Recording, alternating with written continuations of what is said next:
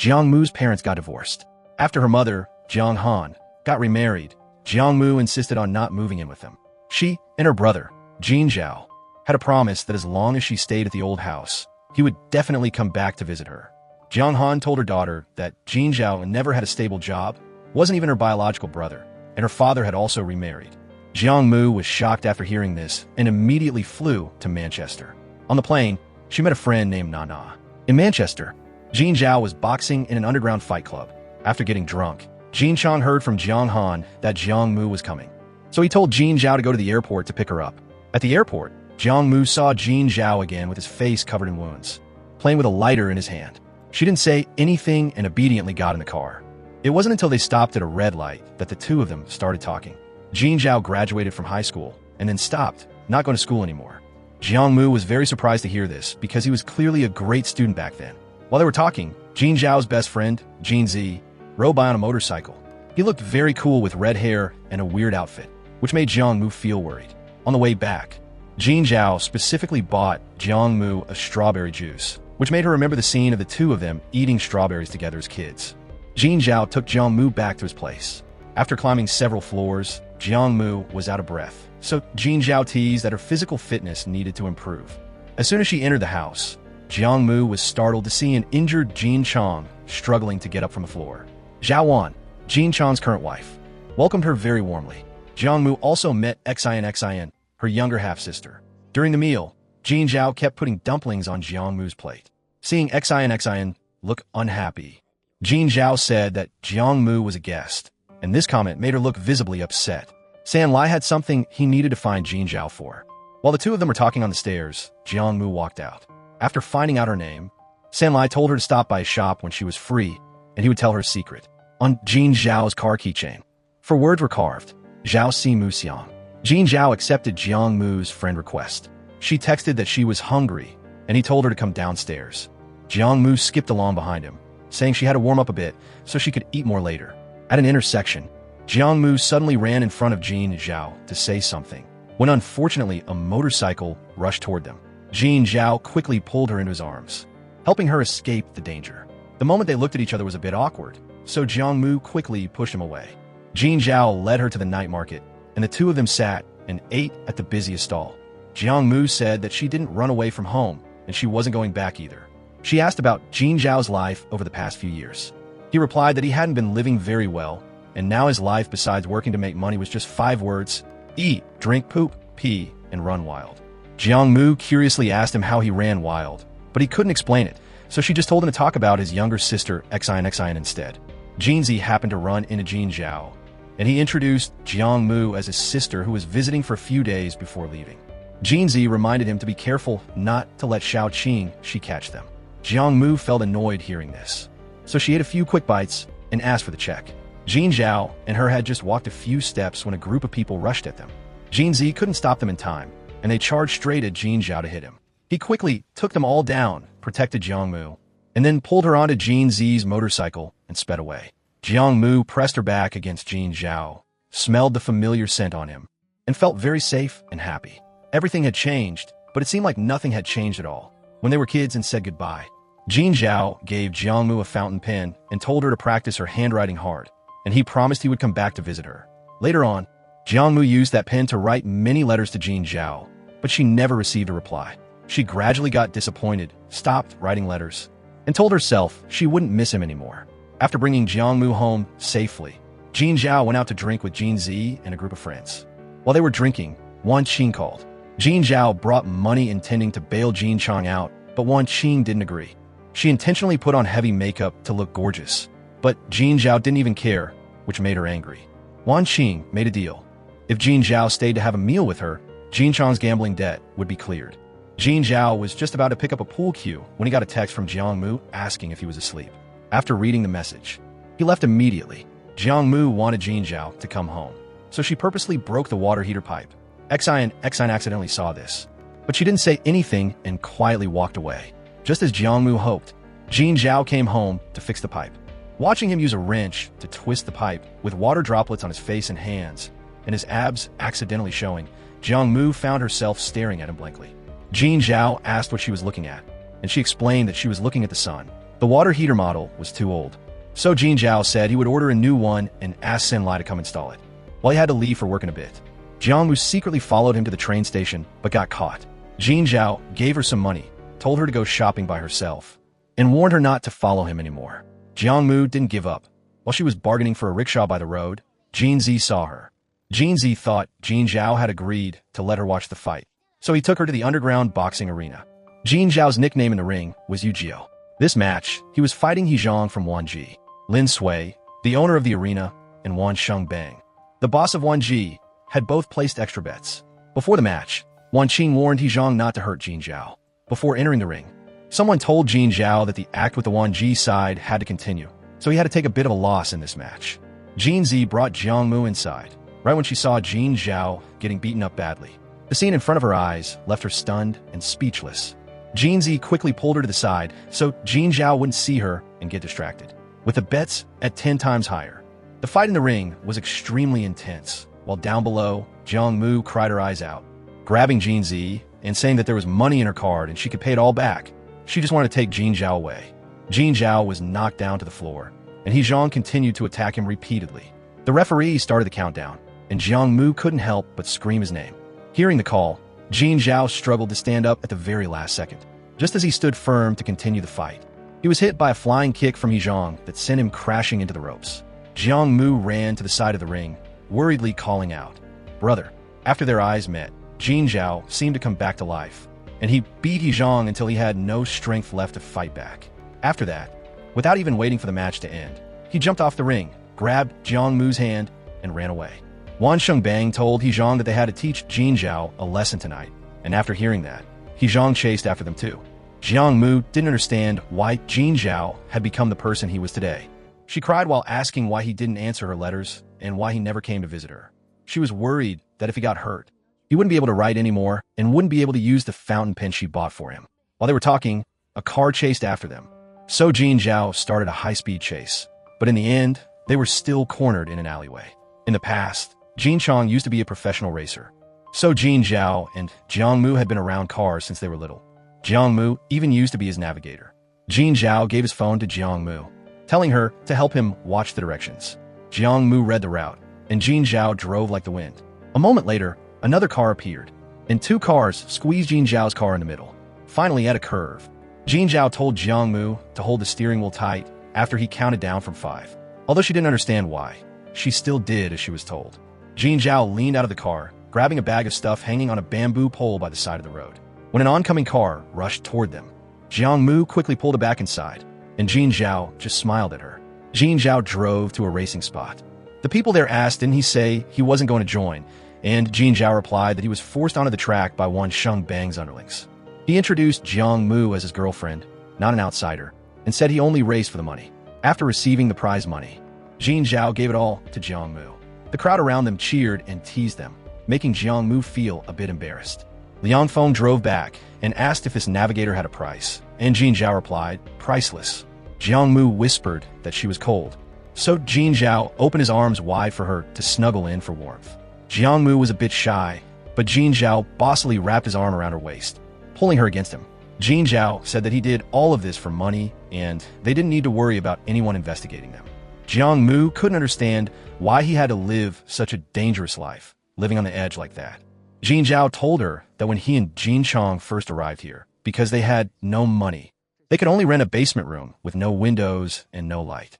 Every time it rained, the whole room flooded, and they had to push tables together to sleep. Later, when Jin Chong went to look for a job, he was scammed, and the father and son had to sleep on the street and under bridges. To them, money was the most important thing. Much later, Jin Chong became a chef, married Zhao Wan, and the two of them struggled to open a small eatery. But the money they made was only enough to pay the rent. Going to school cost money, and Jin Zhao understood how hard it was to earn it. Xin also had congenital heart disease, and the cost for surgery and future treatment were a huge amount of money. All the burden fell on Jin Chong's shoulders. Jin Zhao said that even during the hardest times, Jin Chong never abandoned him, so he wanted to do his best to make money. As long as he could make money, Jin Zhao didn't care what he had to do. Jiang Mu wanted to intervene, but he said she didn't have the right, because now she didn't even have the Jin surname anymore. Jiang Mu asked if he hated Mrs. Jiang for making Jin Chong leave empty-handed, which was why he never came back to visit her. Jin Zhao didn't answer. He told Jiang Mu to go home, and she made a condition that she would only go if he got a decent job. Having no other choice, Jin Zhao just prepared to sleep in the car. Jiang Mu said she wanted to take him back to their home country, to stay in their old house, and she could earn money to support him later. Jin Zhao's mind was a mess. He knew that he couldn't go back anymore. In the middle of the night, Jiang Mu woke up in the car and saw Jin Zhao sitting alone by the sea, playing with a lighter. He told her that Jiang Han had arrived. Jiang Mu told her mother straight out that she wouldn't move to Canada with her. Even though he said he wouldn't meet her, Jin Zhao still stood far away and watched quietly. Jiang Han warned Jiang Mu to keep her distance from Jin Zhao because they weren't biological siblings. Jiang came to the repair shop to find Jin Zhao, but he said he wasn't in the mood to deal with him. Jiang Mu's mind was all over the place, so she went into Jin Zhao's room to throw darts to clear her head, and she accidentally knocked down many letters she had written years ago from behind the board. On every letter, Jin Zhao had drawn a picture of Jiang Mu. It wasn't that he didn't reply, but it was because Jiang Han had warned him not to mess with her life anymore. Jiang Han couldn't wait for Jiang Mu, so she had to leave with her husband. Jiang Mu stayed in the room and quietly cried. Xin told her that Jin Zhao was at the Fei Qi repair shop. Jin Zhao asked why she hadn't left yet, and Jiang Mu looked at him and said, "Happy birthday." Since Jin Zhao didn't know his own birthday, ever since they were little, Jin Chang had the two siblings celebrate their birthdays on the same day. Jin Zhao took Jiang Mu out to eat. She asked if he was living well and if he felt left out after Xin was born. Jin Zhao calmly replied, "I'm used to it." He specifically bought her a birthday cake and went along with her wish to drink. Jiang Mu asked when his real birthday was, and he said it didn't matter since it had been over 20 years anyway, and now he only knew the day Jiang Mu came into this world. Jiang Mu folded her hands and made a wish in front of the candles. The first wish was to know Jin Zhao's real birthday, and the second was for Zhao Zhao Mu Mu to never be apart. Jin Zhao opened 2 bottles of beer, and Jiang Mu admitted that she was a total lightweight. He laughed and told her, "If you want to drink, just drink. I'll take care of you anyway." Jiang Mu was worried her mom was being scammed, but Jin Zhao comforted her, saying that Jiang Han was someone who knew what she was doing. When Jin Zhao came to the Jin family, Jiang Mu hadn't been born yet, so he knew early on that he wasn't their biological son. Jiang Mu said Jiang Han had sold the old house, so she wouldn't have a home to go back to anymore, and her brother didn't love her anymore either.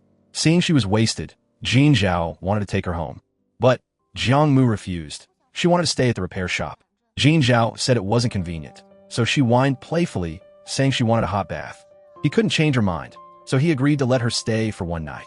Unexpectedly, Jiang Mu got her period and had a stomachache, so Jin Zhao rushed out to buy pads for her. Since he didn't know which kind was right, he just grabbed a few packs.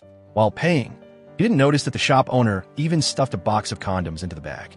Jiang Mu finished her bath and put on Jin Zhao's clothes. He looked at her feeling a bit awkward, so she quickly ran to the bed. Because of the period cramps, Jin Zhao went online to find ways to relieve the pain and helped her use a warm compress on her stomach.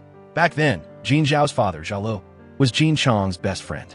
After Zhao Lu had an accident on the racetrack, Jin Chang took Jin Zhao home to raise him. At that time, Jiang Han was pregnant. She didn't agree, but she couldn't change Jin Chang's decision. Later, when Jiang Mu was born, she still didn't know how to speak by age 2. Jiang Han thought it was because of Jin Zhao, so she planned to send him away. To her surprise, before he could even step out the door, Jiang Mu called out, "Brother." The next day, the employees at the repair shop came to work, and when they realized someone was in Jin Zhao's bed, they started gossiping. Jiang Mu woke up and saw the mechanics fixing cars, so she quietly stepped up and solved the problem in a heartbeat. Jin Zhao came out and saw what she was wearing, so he quickly stood in front to shield her and told her to go change into long pants. He made her a plate of fried rice. Jiang Mu asked him to help get her suitcase because she wanted to stay for a few more nights, but he wouldn't agree. One night, while Lin Sui was racing, a black car followed him, squeezed him, and overtook his car. He had people investigate, but the security cameras only caught a side profile of the driver wearing a baseball cap. Lin Sui said if they couldn't find the car, then find the person, even if they had to turn the whole city of Manchester upside down to find them. Zhang came to the repair shop, looking for Jin Zhao, but he wasn't there. San Lai held Jiang Mu back, not letting her go out, and told her that Jin Zhao used to work at Wanji's shop for a few years, after he left to start his own business. People from Wanji frequently came to cause trouble. Zhang brought a large crowd, and San Lai couldn't stop them alone. One guy in the group held a hammer and was about to smash a car, so Jiang Mu hurriedly rushed out to stop him and taught him a lesson. Zhang was furious, pushed San Lai away, and moved toward Jiang Mu. She used her phone to live stream to warn him, but he didn't even care. Jin Zhao came back just in time and landed a kick that sent He Zhang flying to the side to protect Jiang Mu. He Zhang grabbed a nearby repair tool, intending to smash it down on Jiang Mu, but luckily Jin Zhao shielded her. The two of them rushed into a fight, causing chaos in the whole repair shop. Worried about Jin Zhao, Jiang Mu held up her phone and screamed that she had called the police. And only then did both sides stop. After He Zhang left, Jiang Mu asked Sanlai why they didn't call the police when things like this happened. Sanlai said this was their underground rule. As long as it wasn't life-threatening, the police coming would just be for show. Back in high school, Jin Zhao fought 10 guys by himself. So to him, this was nothing now. The important thing was whether he wanted to fight or not. Before, when Wan Ji's people came to cause trouble, Jin Zhao only talked and didn't get physical. But today, perhaps because Jiang Mu was there, he made a move.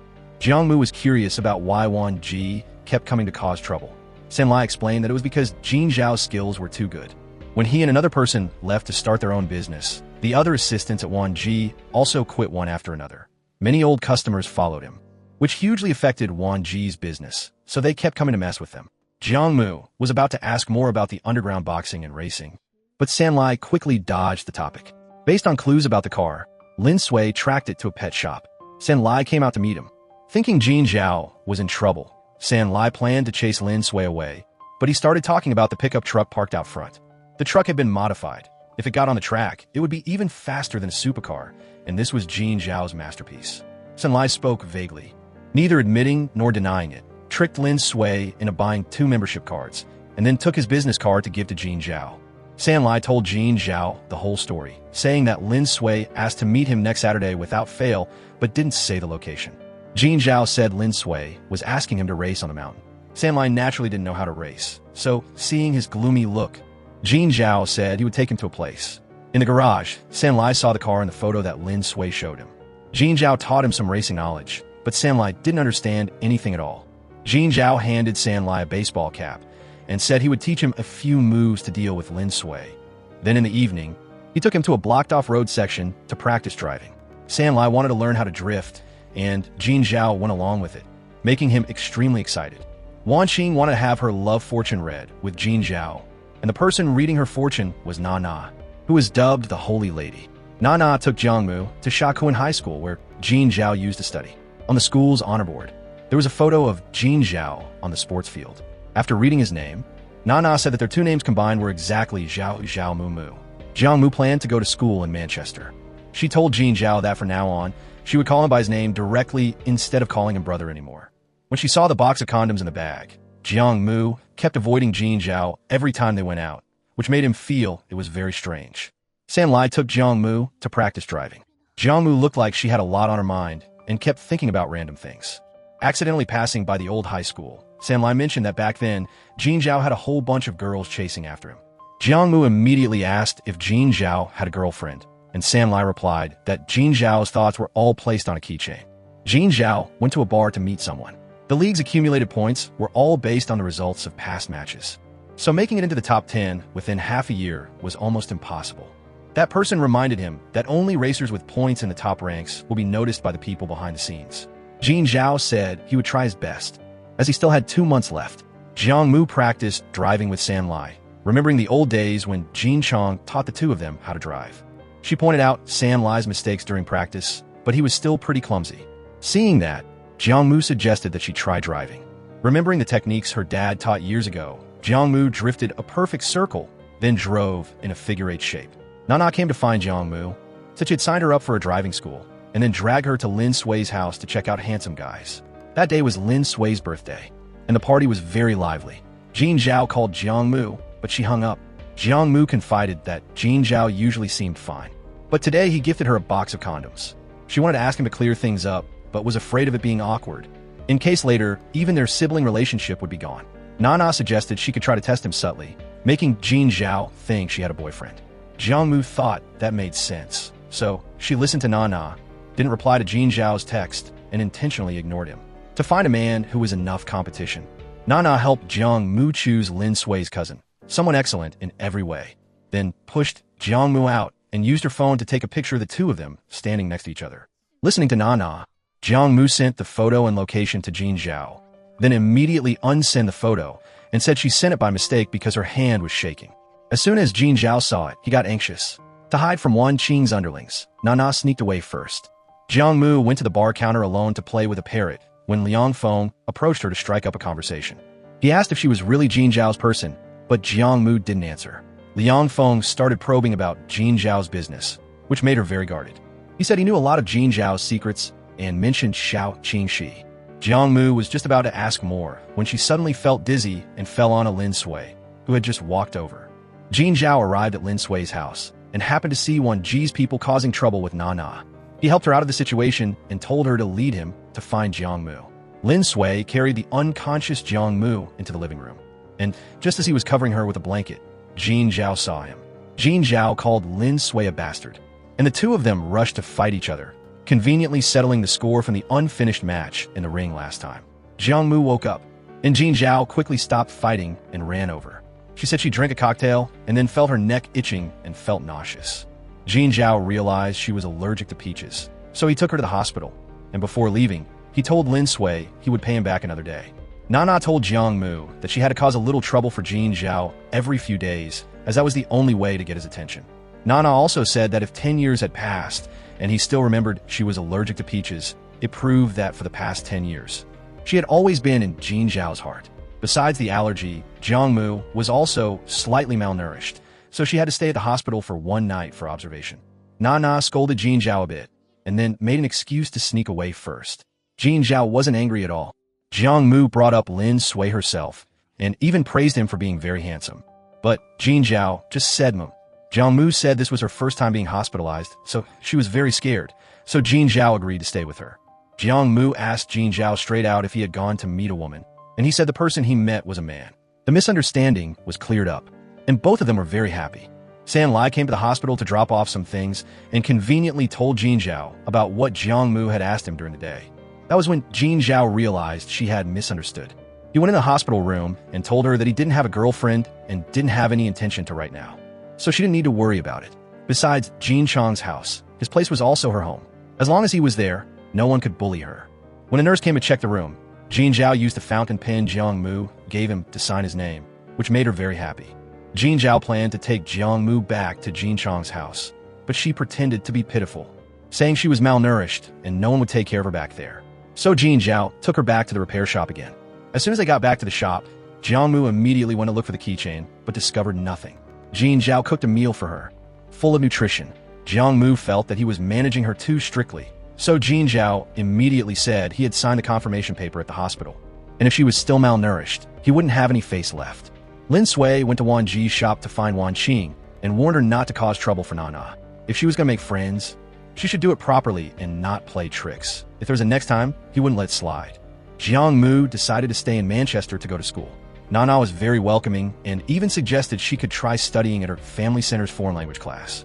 Jiang Mu registered for the intermediate class. The race was about to happen, but Jin Zhao's car was still missing two important parts. Someone said that perhaps he was being targeted, but as long as he made it into the top 3 in this race, his points would break into the top 10.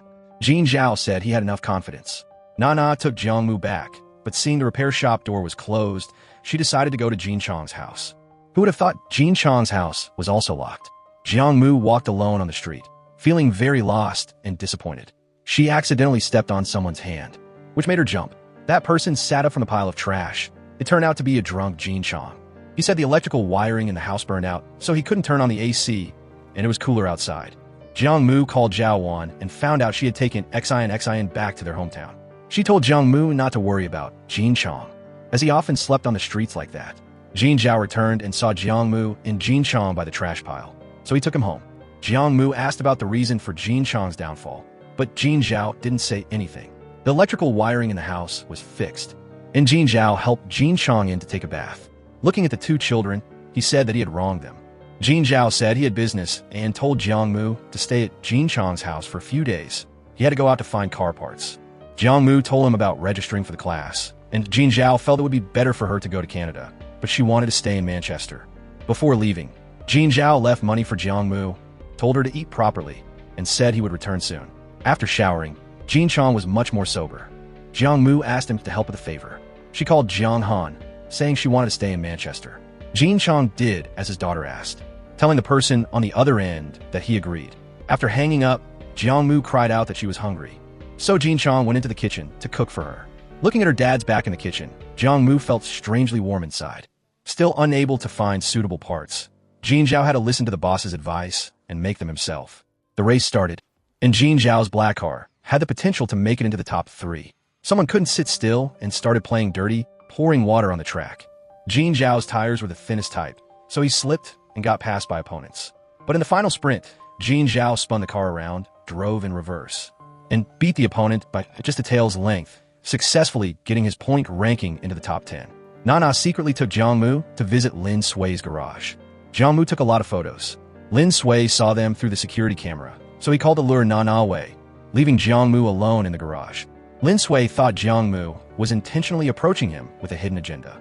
Jiang Mu told him to stop being so full of himself and said that a friend of hers had a 3-rotor engine that was much more impressive than the stuff. Here, as soon as Lin Sui heard that, his eyes lit up. He had been struggling because he couldn't find that car. Lin Sui took Jiang Mu home and was seen by Zhao Wan. She told Jin Zhao that Jiang Mu seemed to be dating and told him to find time to talk to her, so nothing bad would happen. Jin Zhao found Jiang Mu and asked tactfully what kind of person she wanted to marry, and Jiang Mu found him very strange. Jin Zhao said boys her age didn't understand the word responsibility yet, but she didn't think so. While talking, Jiang Mu almost stepped into a hole. But luckily Jin Zhao pulled her back in time. Walking through a rough path, Jin Zhao told her to grab his shirt. But Jiang Mu grabbed his hand instead and made it clear she wouldn't walk like this with anyone else. At the repair shop, Wan Qing met Jiang Mu and questioned her about the relationship between her and Jin Zhao. Jiang Mu didn't answer, but she realized Wan Qing was the little green snake that Jin Zi often mentioned. Jin Zhao specifically bought a chicken to nourish Jiang Mu. San Lai had stewed this chicken soup for 2 whole hours. When Jin Zi was just about to use his chopsticks to pick a piece, San Lai stopped him in time. Jin Zi suddenly realized and quickly picked some chicken for Jiang Mu. Wan Qing asked whose person Jiang Mu was, and Jin Zi replied she was a precious sister. Wan Qing curiously asked if she was a biological sister or an adopted sister. Everyone was silent, and Jin Zhao drank a sip of alcohol, then stood up and walked away. Wan Qing immediately threw her chopstick straight at Jin Zi. Jin Zi hurriedly said she was a biological sister, and San Lai added that the two of them were very close. Only then did Wan Qing agree to stop. Jin Zi was a person from Wan Ji car shop, and he had helped Jin Zhao deal with Xiang Zi. When she saw Jin Zhao helping Jiang Mu cut the trotters, Wan Qing looked annoyed and wanted to wipe Jin Zhao's hands, but Jin Zhao quickly dodged. Wan Qing continued to use her foot to seduce Jin Zhao right in front of Jiang Mu. Jin Zhao immediately stabbed the knife hard into the table, making Jiang Mu startle. Jiang Mu asked if Wan Qing was Jin Zhao's girlfriend. San Lai told Jiang Mu that Jin Zhao would never choose Wan Qing because she was the daughter of the owner of Wan Ji car shop. Wan Qing told Jin Zhao straight out that the part he needed didn't exist in Manchester because her father had collected them all. But as long as Jin Zhao was willing to yield, she would help him get it. Jin Zhao affirmed he could handle it himself and chased Wan Qing away. Jiang Mu asked what muddying the waters meant, but Jin Zhao didn't answer and just urged her to go home quickly. Jiang Mu used the excuse that the house AC was broken, so she didn't want to go back. Jin Zhao helplessly watched Jiang Mu walk into his room. The next morning, Jiang Mu lay in bed refusing to get up, so Jin Zhao gave up and let her sleep until she woke up on her own. It was almost time to be late for school, so Jiang Mu whined and demanded Jin Zhao drive her, being pampering and worried she would be hungry. Jin Zhao brought breakfast along and took her to the bottom of the classroom building. Before leaving, Jiang Mu gave Jin Zhao an invitation card, saying that in a few days the school had an open day and needed a parent to attend. Lin Sui went to Jin Zhao's repair shop to ask about Sanjuan Zi, but the people at the shop said they didn't have it. Lin Sui drove to Jin Chang's restaurant, ordered 3 dishes, and was surprised to see Jin Zhao restocking beer in the fridge. He remembered that Jiang Mu once said his driving style was very similar to her friend's. So Lin Sui realized that Jin Zhao was the one who owned the Sanjuan Zi engine. To attend the open day, Jin Zhao specially went home to get his most precious school uniform. Jiang Mu wanted to find the keychain, so she went to where Jin Zhao was fixing cars to get the key. Jin Zhao's hands were busy, so Jiang Mu reached into his pants pocket herself. Jin Zhao blurted out asking what she was groping for, and Jiang Mu immediately felt embarrassed and ran away, leaving Jin Zhao with a bewildered look, not understanding what was going on. On the weekend, the repair shop had a party, and Jin Zhao brought the uniform he had washed himself to give to Jiang Mu. Jiang Mu was very happy. San Lai reminded Jiang Mu to wear it very carefully, because Jin Zhao cherished this shirt. and even he hadn't had the chance to wear it. Jiang Mu wore the uniform to school. Nana told Jiang Mu that this shirt was very special. There was a gold star on the school badge, which was a reward only for excellent students who won prizes in city-level competitions or higher. And in recent years, there was only one gold star uniform like that. Jiang Mu picked up the exam paper and said she didn't know how to do it. Jin Zhao used the fountain pen to make notes for her and said that he got this uniform when participating in the city-level physics team selection. As for the reason why he didn't take the college entrance exam, Jin Zhao didn't answer. San Lai took Jiang Mu to his pet shop to hang out. Jiang Mu saw a very well-behaved puppy, looking very much like the yellow dog she used to want to raise when she was little. At that time, Jiang Han didn't let Jiang Mu raise a dog. So Jiang Mu and Jin Zhao took it to hide and named it Lightning. But later the dog got lost. Jiang Mu wanted to adopt the dog, but Jin Zhao reminded her that if she developed feelings for it, it would be very troublesome when she had to leave later. Jiang Mu associated this with the story of her and Jin Zhao, so she got angry and walked away. Jin Zhao went to San Lai to ask for the dog to bring back for Jiang Mu to raise. Jiang Mu was extremely happy, named the dog Lightning, and used the excuse that the dog was still small, so she had to stay to take care of it. Jin Zhao told her to call him brother once for him to hear. Jiang Mu called out several times in a row, making Jin Zhao unspeakably happy. After hearing the conversation between Wan Qing and Jin Zhao, Jiang Mu took an apple and handed it to him. Jin Zhao took a bite, and Wan Qing walked away in anger. Jin Zhao said he wasn't afraid of women clinging to him, and in his whole life, he had never been afraid of anyone. Jiang Mu also took a bite of the apple and warned him, asking what if he met someone like that in the future. Jin Zhao looked at her, took another bite of the apple, and then walked away, saying that if that day really came, he would admit defeat. Nana helped Jiang Mu find a gold standard instructor, and she quickly passed her driving test. Xin's exam scores were very low, so Jin Z wanted a sign as a parent to help her. But when he picked up the pen, he forgot how to write and didn't know how to write the word Jean. San Lai saw that and immediately snatched the exam paper, intending to sign it himself. While they were arguing, Jin Zhao arrived. He looked over the exam paper and discovered the last two questions were left blank. Xin said if she scored too high, she would be assigned to give a speech, and she didn't want to do that. While buying bubble tea at the service area, Jiang Mu saw Lin Sui. Lin Sui personally made a drink for her. Jiang Mu said she was waiting for San Lai, and Lin Sui immediately replied that he was the one who invited San Lai, plus San Lai was currently lost. So Jiang Mu got into Lin Sui's car to go up the mountain. San Lai drove a Barbie pink pickup truck up the mountain, arriving an hour late. Seeing him arrive, Lin Sui suggested starting the race. Lin Sui said to show the hospitality of the host, he would give San Lai a 5-second head start. San Lai agreed, but just as the race started, he drove out and almost crashed into a ditch. Lin Sui took San Lai's baseball cap and said he would help him return it.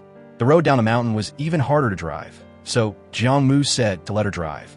Only 23 minutes later, they arrived at the service area at the foot of the mountain, making Lin Sui look at her in a different light. San Lai went to buy cupcakes and specifically brought back the part without frosting for Jin Zhao. Jiang Mu was very curious about the owner of the cap, and San Lai said it belonged to Jin Zhao. Standing from afar, Lin Sui heard that and smiled as he drove away, even paying for them in advance. San Lai listened to Jiang Mu's advice, changed to a new hairstyle, shave his beard clean, and change his dressing style, which sure enough made everyone's eyes light up. He went to find Jin Zhao and said that Jiang Mu told him to do this, which made Jin Zhao a little jealous. As soon as she got home, Jiang Mu crowded around San Lai like a crazy fan.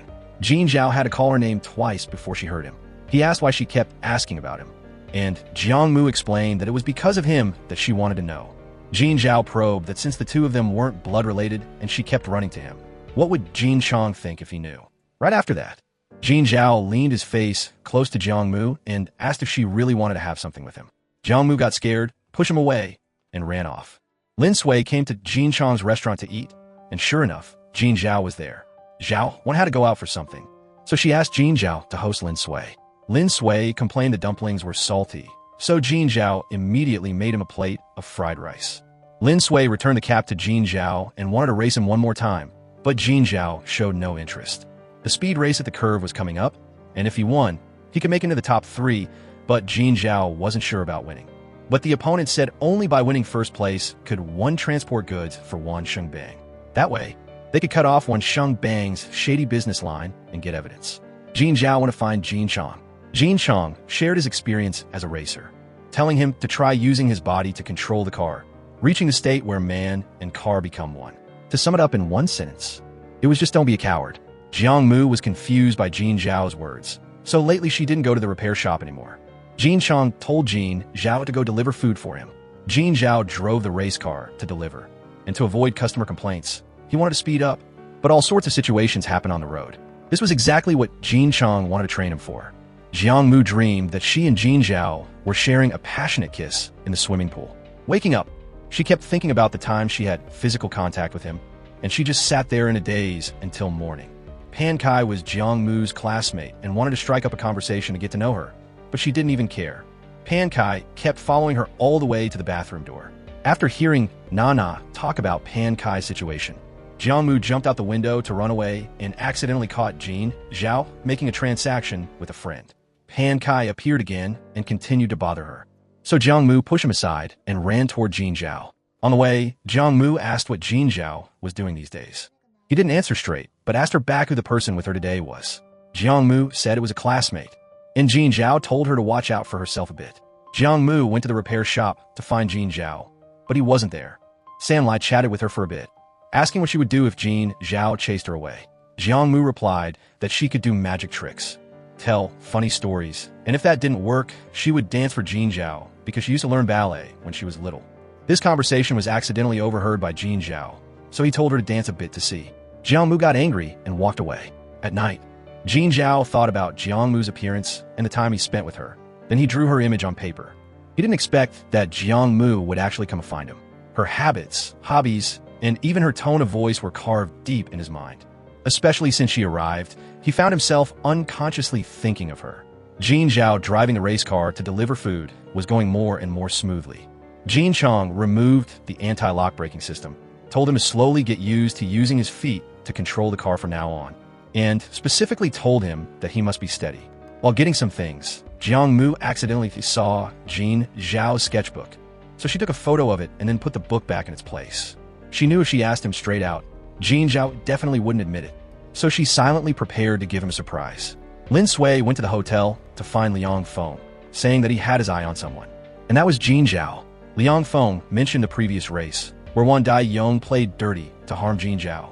If it weren't for his steady mind and fast reaction, relying on driving in reverse to reach the finish line, he would have been eliminated long ago. Regarding the next match, Liang Feng frankly said that if there were no issues with Jin Zhao's car hardware, winning or losing was hard to predict, and the chances were 50-50. After finding out what kind of hardware Jin Zhao was missing, Lin Sui decided to help him get his wish. Lin Sui took Liang Feng to find Jiang Mu.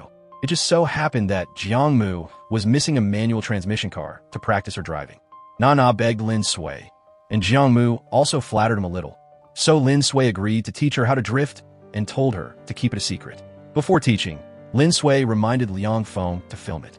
Jiang Mu said she wanted to learn the technique of drawing a horizontal number 3, and Lin Sui agreed to teach her. Jin Chang told Jin Zhao to tie his hands to the steering wheel so he could control the steering angle well and build muscle memory. Jin Zhao did as he was told, while Jin Chang recorded and analyzed his training data. After Lin Sui finished demonstrating the shape Jiang Mu wanted, she started practicing. Lin Sui taught her hands-on, while Yang Feng stood by the side, filming all their physical contact. Halfway through, to make the teaching better, Lin Sui put his hand on Jiang Mu's leg to push her to step on the gas. Jiang Mu saw through Lin Sui's intentions, so she reminded Nana that Lin Sui was just pretending to want to pursue her. Jin Chang pointed out the issues with Jin Zhao's driving. He absorbed it very well, and the car ran more and more stably and easily. Jin Zhao went to school to attend the open house. Jiang Mu went on stage to give a speech. And Jin Zhao was very happy because her language skills were very good. In the evening, it rained cats and dogs. So Jin Zhao took off his jacket to drape over Jiang Mu. She used warming her hands as an excuse to slowly move closer to Jin Zhao's hand, and he held her hand tight. After showering, Jiang Mu asked Jin Zhao to blow-dry her hair for her. Then she demanded to drink some water. Jin Zhao laughed and teased that since she was so high maintenance, it would be hard for her to get married later. Jiang Mu immediately claimed she was gentle, virtuous, cute, and understanding, which made Jin Zhao tease that she had nothing to do with those words. Jiang Mu angrily threw a pillow at him, while Jin Zhao sighed and remarked that she had a tendency to get physical. Jiang Mu replied that she only harmed him. During the conversation, Jiang Mu asked about Jin Zhao's parents' divorce. He said the reason was a few bonsai pots that Jin Chang had smashed, which were the pots Jiang Han loved. When Jiang Mu wondered if marriage was inherently unhappy, Jin Zhao said that all difficulties could be overcome if two people were determined enough and loved each other. He walked out to the living room, his mind filled with images of Jiang Mu, realizing she had grown up, even though she still had the innocence and cuteness of her childhood. Both of them had grown up, no longer carelessly lying next to each other talking like before, and the feelings between them now couldn't be ignored. He wanted to celebrate New Year's Eve with her. While sleeping, Jiang Mu talked in her dream about giving him a New Year's gift, and Jin Zhao patted her head, saying that as long as it was a gift from her, he liked it. Lin Sui asked Liang Feng to send a video to Jin Zhao. After receiving the video, he immediately went to find Lin Sui and warned him to stay away from Jiang Mu. Lin Sui used Jiang Mu as the stake for a challenge. Whoever got to the amusement park first would get to celebrate with her, and the one who came later couldn't bother her anymore. Jin Zhao agreed. During the race, they drove while talking about cars and parts. Lin Sui's people tried to block the road with a tricycle, but thanks to his delivery experience, Jin Zhao easily got past. On the mountain road, the two sides were evenly matched, but thanks to the technique Jin Chang had taught him, Jin Zhao overtook Lin Sui and led him down the road he usually used for deliveries, making Lin Sui unable to keep up and get water splashed onto his windshield. On the highway, he performed a drift to pass a truck, which startled Lin Sui, and he admitted he was too impulsive. Lin Sui invited him to join the racing team to go to France to compete, but Jin Zhao refused, saying that after finishing his business, he wouldn't race anymore. At the event, Jiang Mu saw Jin Zhao arrive, so she went on stage to sing "The Moon Represents My Heart" as a gift for him. In that moment, it seemed like only the two of them remained. After it ended, Jin Zhao drove Jiang Mu to the beach. She asked him how he used to celebrate the New Year before, and he answered that he often forgot, so he usually didn't celebrate it. When Jin Zhao asked what New Year's gift she wanted, Jiang Mu ran to the beach and shouted loudly that she hoped he understood the song and her feelings, hoping he would put her in his heart and let her be his moon for life. He said the wind was too strong and he couldn't hear clearly, so she sang it again right next to him. They sat together waiting for the meteor shower. Jiang Mu fell asleep, while Jin Zhao watched the shooting stars pass by and wished they would be together day and night, never to be apart. Later, Jiang Mu went to find Zhang Fan to ask about Jin Zhao's situation. Zhang Fan said that he had previously given Jin Zhao a complete structural design drawing of a car on behalf of his older brother, who worked at a car workshop. Pan Kai told Jiang Mu what he had investigated about Chi Chi, an upperclassman in school who used to start a racing team. Because his speed was too fast and no one could catch up, he was nicknamed Chi Chi. After his car was confiscated, he disappeared 2 months before the college entrance exam. Jiang Mu wanted to ask Jin Zhao to pick her up after school, but he said he was busy. She sent him a photo of a water cup with a crying face emoji. Receiving the photo, Jin Zhao noticed something suspicious on the bottle cap, so he appeared on time at the school gate. Wan Xing came to school to find Jiang Mu and took her to a seaside restaurant, ordering a few bottles of wine. There, she recounted the first time she met Jin Zhao. When he was focused on fixing a car, he was handsome and had a fit body, making her fall for him at first sight. Jin Zhao was a special person, eager to learn. His books and notes were complete. His handwriting was beautiful, but he refused all of Wan Qing's efforts to get close. When Jin Zhao's younger brother had congenital heart disease and needed surgery, he modified a car to earn money to pay for it. Before the college entrance exam, he left the Wanji garage, not to study for the exam, but because he had an accident while illegally modifying a car, causing the car owner's family to sue him. Crazy Jean ran around borrowing money to help Jin Zhao pay compensation, and Wan Qing also sold her sports car, but he refused to accept it.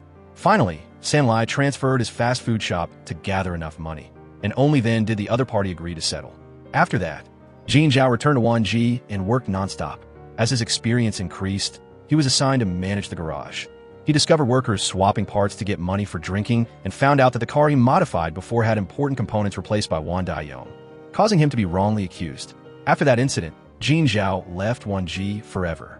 Jiang Mu was heartbroken after hearing the story, blaming herself for not being by his side. When Jin Zhao found her, she hugged him and promised she wouldn't leave. Wan Qing also apologized to him, and then Jin Zhao carried Jiang Mu home. As soon as they left, Xia Zhang appeared, and Wan Qing continued drinking with him. Jin Zhao saw a bruise on Jiang Mu's leg and thought Wan Qing caused it, but she explained she bumped into something herself, while warning him that no matter how good Wan Qing was to him, he wasn't allowed to like her. Jiang Mu looked straight into Jin Zhao's eyes and said she had grown up, making him panic and turn away. Wan Qing and Xia Zhang finished drinking and went to find San Lai, recounting her entire love story with Jin Zhao. San Lai was worried she would bother Jin Zhao and Jiang Mu, so he just sat and listened. Later, Jin Zhao drank and confided in San Lai. San Lai praised Jiang Mu endlessly and wanted to set the two of them up, but Jin Zhao thought that couldn't happen. He just smiled, because Jiang Mu had always been in his heart. Xia Zhang, who liked Wan Qing, had to take his anger out on a punching bag. Zhao Meiwan wanted to go to her hometown for the new year and planned to take Jiang Mu along, but Jin Chang said she wasn't going anywhere, causing Zhao Meiwan to give Jiang Mu a big envelope of lucky money. When Jiang Mu came to the garage to find Jin Zhao, he wasn't there but was gathering to eat and drink with San Lai and everyone.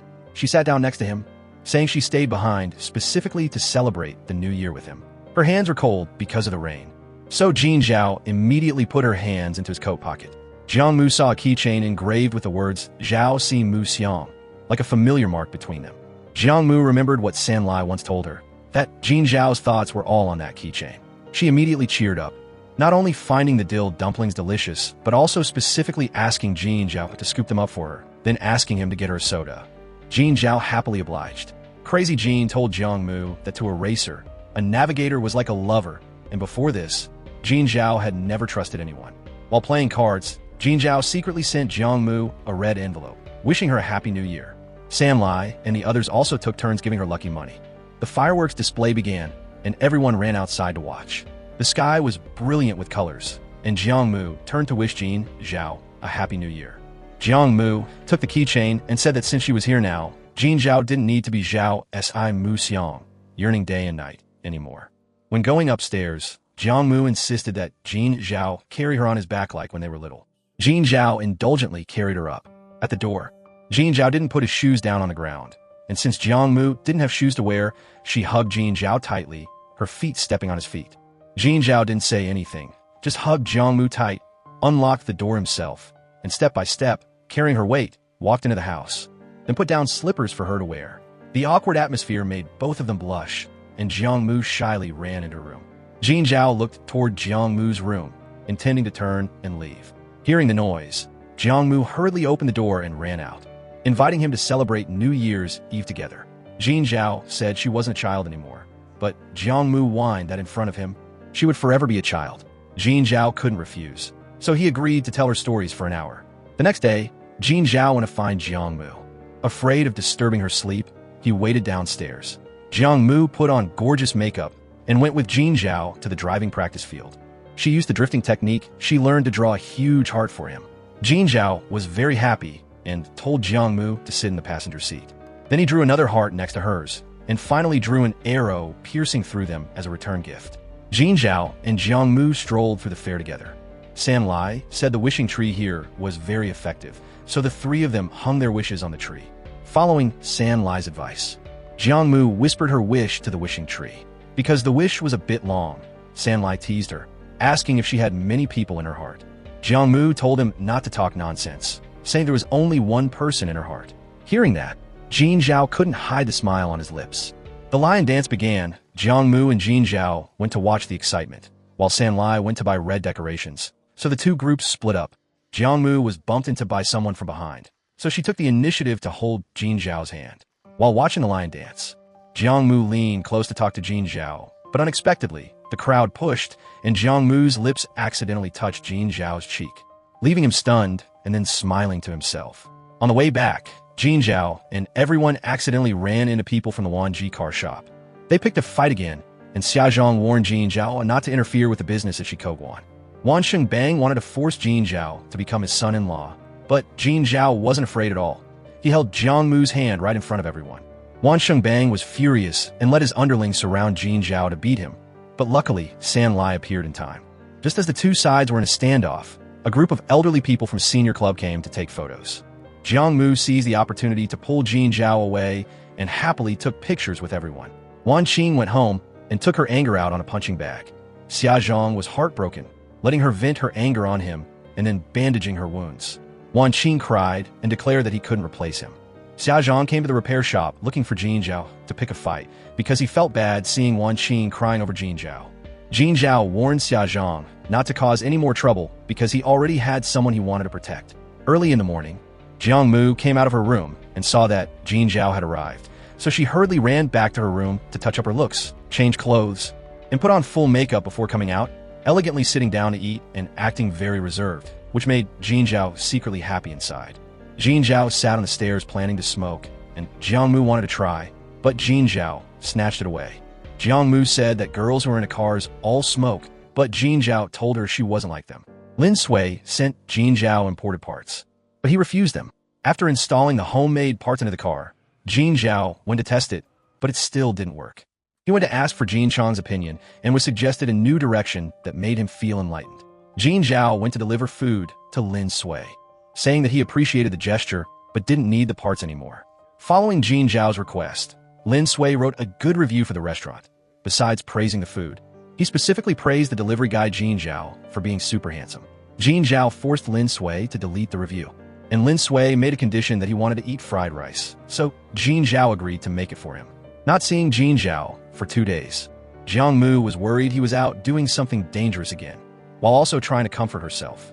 During the race, Jin Zhao continuously overtook others, leaving several cars far behind, and now only Liang Feng was in front of him.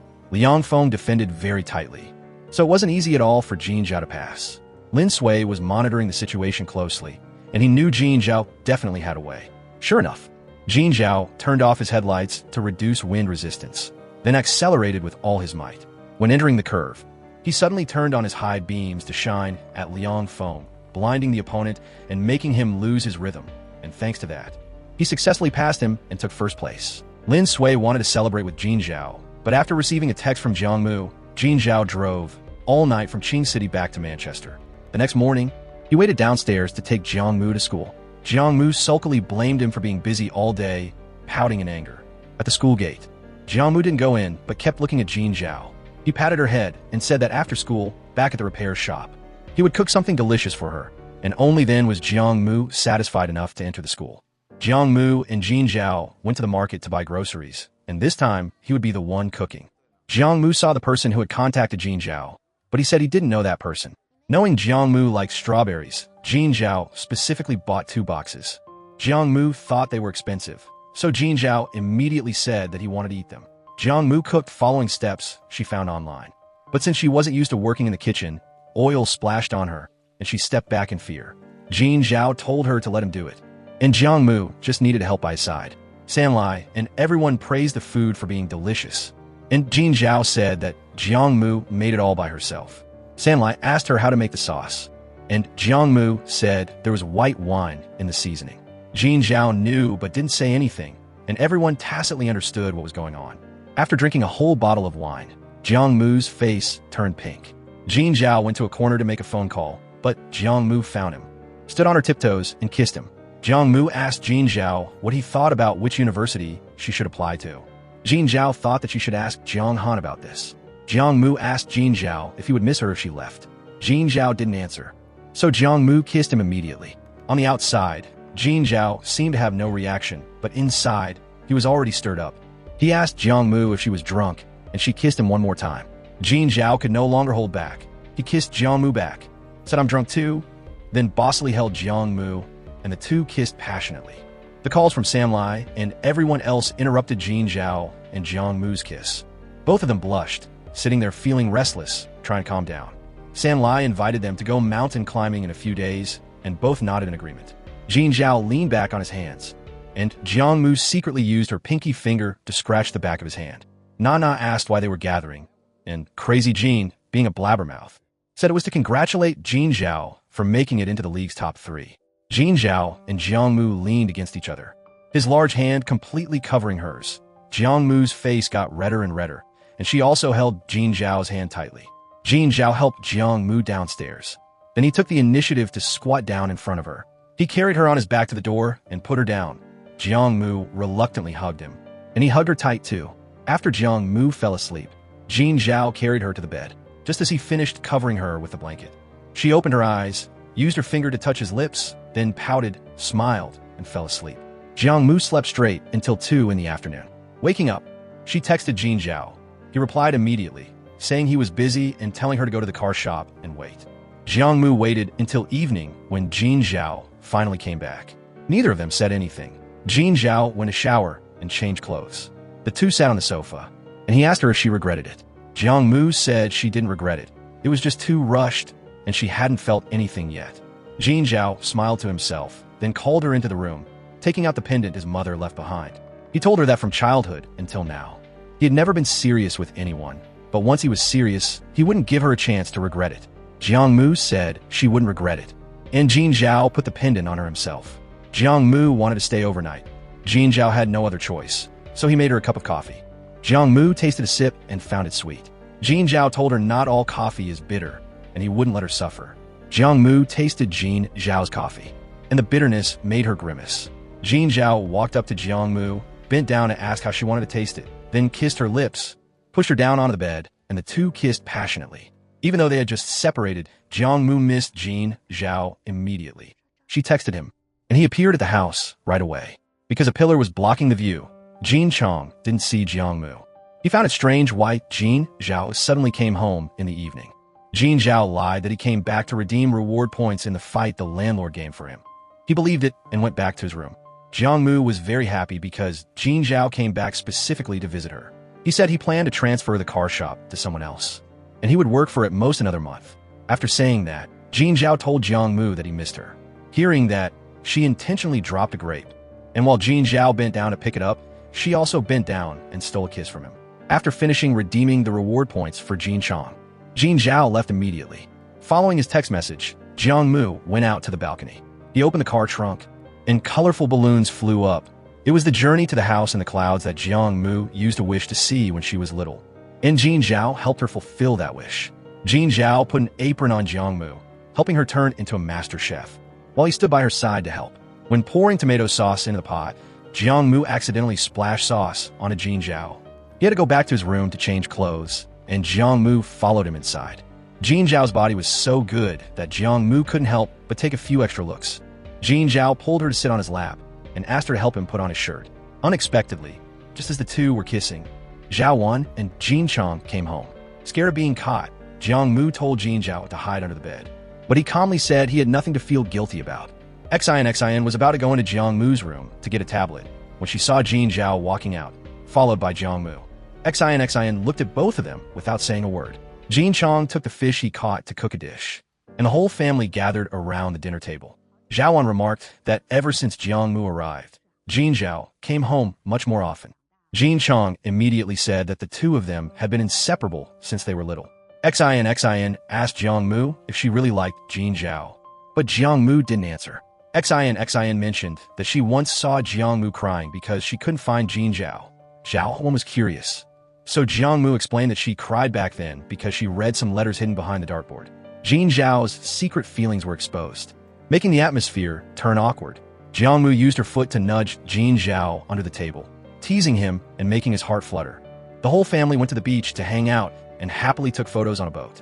Hearing that Jean Chong was going fishing, Jiang Mu also wanted to try, but unfortunately, she didn't catch a single one. Zhao Wan asked about Jean Zhao's love life, and he said he didn't have a girlfriend yet. She immediately mentioned Wan Qing. Jiang Mu intentionally teased Jean Zhao, praising Wan Qing for looking very hot, which made Jean Zhao whisper in her ear to scold her for talking too much.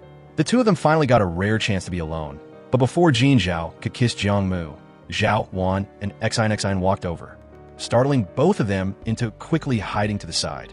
Afraid of being seen, Jean Zhao immediately jumped into the sea to hide, waiting for everyone to leave. Jiang Mu hurriedly called him to swim back. Xin brought 2 ice creams to Jiang Mu, and Jiang Mu said one was enough. Xin was sharp enough to see through it, but didn't say it out loud, just saying that she needed those too. Jiang Mu wiped the water off Jean Zhao, and he used the towel to cover both their heads and gave her a sweet kiss. At the repair shop, Jiang Mu hugged Jean Zhao from behind while he was working. Right at that moment, San Lai suddenly ran in, startling Jiang Mu into quickly pretending she was plucking gray hairs for Jean Zhao. San Lai saw through everything, simply left a bottle of shampoo, and then got chased away by Jean Zhao. Jean Zhao found a way to send his 2 friends, Iron Rooster and Xiaoyang, somewhere else so he could secretly enjoy a world just for the two of them. Jiang Mu pulled Jean Zhao into the restroom, and the two kissed passionately. San Lai went looking for his dog and accidentally stumbled upon this scene. His jaw dropped in shock, and he hurriedly left so as not to disturb them. Jiang Mu and Jin Zhao went to watch the meteor shower together. Jin Zhao had specifically prepared strawberries, and he fed one to Jiang Mu. She held the strawberry in her mouth while looking at him, and Jin Zhao leaned over to take the strawberry with his lips and ate it.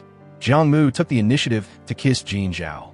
While the two were passionately kissing in the car, a meteor streaked across the sky, and Jiang Mu hurriedly clasped her hands to make a wish. Jin Zhao hugged her and said that his wish had already come true. Jiang Mu needed to take an ID photo to participate in a charity performance, but the camera kept blurring. She asked Jin Zhao for help. After taking the photo, Jiang Mu pulled him close to take a picture together. The performance was very successful, and Jiang Mu's dance was absolutely perfect. Nana took Jiang Mu to eat at the night market. There, Jiang Mu accidentally saw Jin Zhao hugging a Western girl and drinking in the distance. At the same time, Jin Zhao also saw Jiang Mu. He quickly stood up to chase after her, but he bumped into a police officer who was on the same mission. That person signaled him not to go, so Jin Zhao had to return to the table. On the way back, Jiang Mu kept crying. She thought about the sweet memories between her and Jin Zhao, and the more she thought, the more it hurt, until finally, she sat down by the roadside sobbing. The police officer asked Jin Zhao if he wanted to continue the mission, and he affirmed that what he promised, he would definitely do. The race was about to take place, so Jin Zhao asked for the track map, and the police officer promised to get it for him. Jin Zhao couldn't find Jiang Mu, so he had to stand and wait on the road home. When she saw him, Jiang Mu hit him while crying. Jin Zhao hugged her tight and apologized. This scene was accidentally witnessed by Zhao Wan passing by.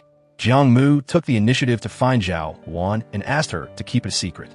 She understood Jin Zhao's personality well and knew that for all these years, he had lived a very hard life. Although she really wanted her nephew to have a good life, she knew Jiang Mu's father, Jiang Han, would never agree to this. Jiang Mu confessed that she came to this city precisely because of Jin Zhao and decided to stay and study because of him too. Feeling sorry for the two kids, Zhao once said that today she didn't see anything at all. San Lai thought Jin Zhao should explain everything clearly to Jiang Mu. But Jin Zhao didn't want her to worry or be scared because of him. He thought doing so was good for her, preferring to bear everything alone. San Lai knew this couldn't be hidden forever. He really wanted Jin Zhao to be honest with Jiang Mu, but Jin Zhao stuck to his decision. San Lai had to shout to remind Jin Zhao that Jiang Mu wasn't just his girlfriend. She was also her own person. Wan Qing was also worried Jin Zhao would get involved in the alliance's business, so she planned to come and advise him. On the way, she met Jiang Mu and asked her to talk to him, since her words carried more weight. Jiang Mu told Jin Zhao to promise her that whatever he did, he must ensure his own safety. Jin Zhao looked at her and promised he would try his best. Jiang Mu thought he was short of money, so she said Jiang Han had left her a sum. Jin Zhao said it wasn't a money problem and changed the subject, asking if she was sleepy. Jiang Mu said she could sleep next to him to keep him company. After Jin Zhao finished showering, Jiang Mu brought up the car race she accidentally participated in before and hesitantly asked about the word alliance. Jin Zhao's eyes avoided hers. He didn't want to answer, just saying that it wasn't anything good, and the less she knew, the better. The more Jiang Mu thought about it, the more worried she got, her brows furrowing.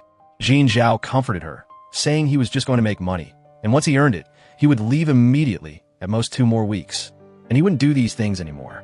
That night, San Lai was fishing by the river when Jin Zhao brought over some alcohol. He admitted he had been too arrogant and would find a chance to explain everything clearly to Jiang Mu. San Lai talked about his parents. He didn't want Jin Zhao to follow in his father's footsteps. Jin Zhao understood his friend's heart. Wan Qing came to find Jin Zhao, but unfortunately arrived right when his car was being smashed. San Lai guessed it was done by people from Wan Ji. Seeing Wan Qing, Jin Zhao angrily yelled at her to get lost. Jiang Mu was scared, so Jin Zhao gently coaxed her to go to Jin Chang's house first. Afterward, he went to find Xia Zhang and punched him with a massive blow. Jiang Mu accidentally met Officer Lu Wan at the market. She remembered that Jin Zhao had been in contact with Lu Wan, but told her he didn't know him. She felt there must be something wrong, so she followed him. Lu Wan discovered Jiang Mu was following him. Jiang Mu quickly used Pan Kai, who had just appeared nearby, as a shield. Lu Wan told Jin Zhao about this, reminding him to be careful with his opponent in the upcoming obstacle race, who was Xia Zhang, and to protect himself. Jin Zhao decided to confess everything to Jiang Mu about his racing and car modifying. After finding out he was framed and had to leave Wanji, Officer Lu from the Anti-Smuggling Bureau found him. They wanted to use the car races to find the smuggling ring behind them. However, the Alliance organization worked very carefully. Only racers with top accumulated points would get noticed by the higher-ups. It was very hard for the police to plant someone inside, So Jin Zhao told Liu, one, that he could race continuously, participate in tournaments to earn points, and thereby infiltrate the alliance to gather the information they needed. Jin Zhao was the most suitable person for this mission. Liu Wan also told Jin Zhao that once they cracked this case, they could round up one Sheng Bang and his accomplices, and that way, his name would be cleared. In reality, the racing organization was just a cover. The alliance wanted to use it to observe and groom those who could handle smuggling jobs, because those who made it into the top 3 were all daring, reckless people who needed money. Jin Zhao said his car could be fixed, only missing a few parts. And the urgent thing now was to find a trustworthy repair shop. Jin Zhao didn't want to carry a false accusation. He wanted to be cleared, especially after Jiang Mu appeared. He wanted to prove he was worthy of her even more. Instead of letting Jiang Mu worry forever, he decided to tell her everything. Jiang Mu didn't want Jin Zhao to be in danger, but he was determined. Jiang Mu dragged Jin Zhao to find Pan Kai. Pan Kai introduced them to the chief engineer in his father's workshop, Ren Guodong. It turned out Ren Guodong and Jin Zhao already knew each other. Jin Zhao wanted to restore the car, so Mr. Ren provided him with drawings and solutions. Jin Zhao brought the car to Pan Kai's family workshop. Under Mr. Ren's guidance, he, along with Iron Rooster and Xiao Yang, repaired the car bit by bit. San Lai brought food to them without knowing that a suspicious car had followed him from behind until it saw him enter Pan Kai's family workshop. After eating, Jin Zhao sincerely thanked Pan Kai and emphasized that he would repay this favor later, and it would be him repaying it, not Jiang Mu. Jiang Mu brought a late-night snack to Jin Zhao. The cheongsam she wore made her look even more alluring. Jin Zhao used the excuse of going out for some air, and Jiang Mu followed. The two hugged, and Jiang Mu asked Jin Zhao if he wanted to go back to Nanjing with her, to open a coffee shop or a repair shop, whatever worked. Jin Zhao told her to wait a few more days, and he would give her an answer. Pan Kai saw the two kissing and was totally shocked. After receiving a warning look from Jin Zhao, the witty guy said he would keep it a secret and quietly left. The car was fixed. Jin Zhao invited Jiang Mu to be his navigator for a test drive. They just drove without a destination, then stopped in front of a street performer stage. Jiang Mu sang an English song, and Jin Zhao smiled indulgently. In that moment, in their eyes, there was only each other. Jin Zhao even set off fireworks for Jiang Mu to watch and gave her a new fountain pen. Jiang Mu discovered Jin Zhao was drawing her. The arrogant guy said he was just doodling. Jiang Mu playfully demanded he draw her openly and honestly. Jin Zhao humored her. The scene between the two was extremely sweet and happy. Suddenly, San Lai was taken away by a group of people. Jin Zhao hurriedly drove after them. It turned out San Lai's father owed money to people, and they captured him to demand payment. Jin Zhao blocked the opponent's car, beat them up, and rescued San Lai. San Lai recalled when he was in school, he was isolated by his classmates to play with everyone. He ran to the basketball court so fast he didn't have time to tie his shoelaces. Later, when his father's creditors came to cause trouble, Jin Zhao stepped in to help and pulled him away in time to escape. Jin Zhao asked why his shoelaces were never tied tight, and San Lai said because he was afraid if he squatted down to tie them, his friends would run away. He wanted to play with everyone, didn't want to be left behind, so whether his shoelaces were tied or not didn't matter. Jin Zhao then reminded him that if his shoelaces came undone, he must tie them again and he would wait. Knowing San Lai's father owed money, Jin Zhao asked how much he was short, and he would pool money to help. San Lai was very touched and felt lucky to have a friend like Jin Zhao. He said later he wanted to open an eatery, even though he ran around everywhere. San Lai still didn't have enough money.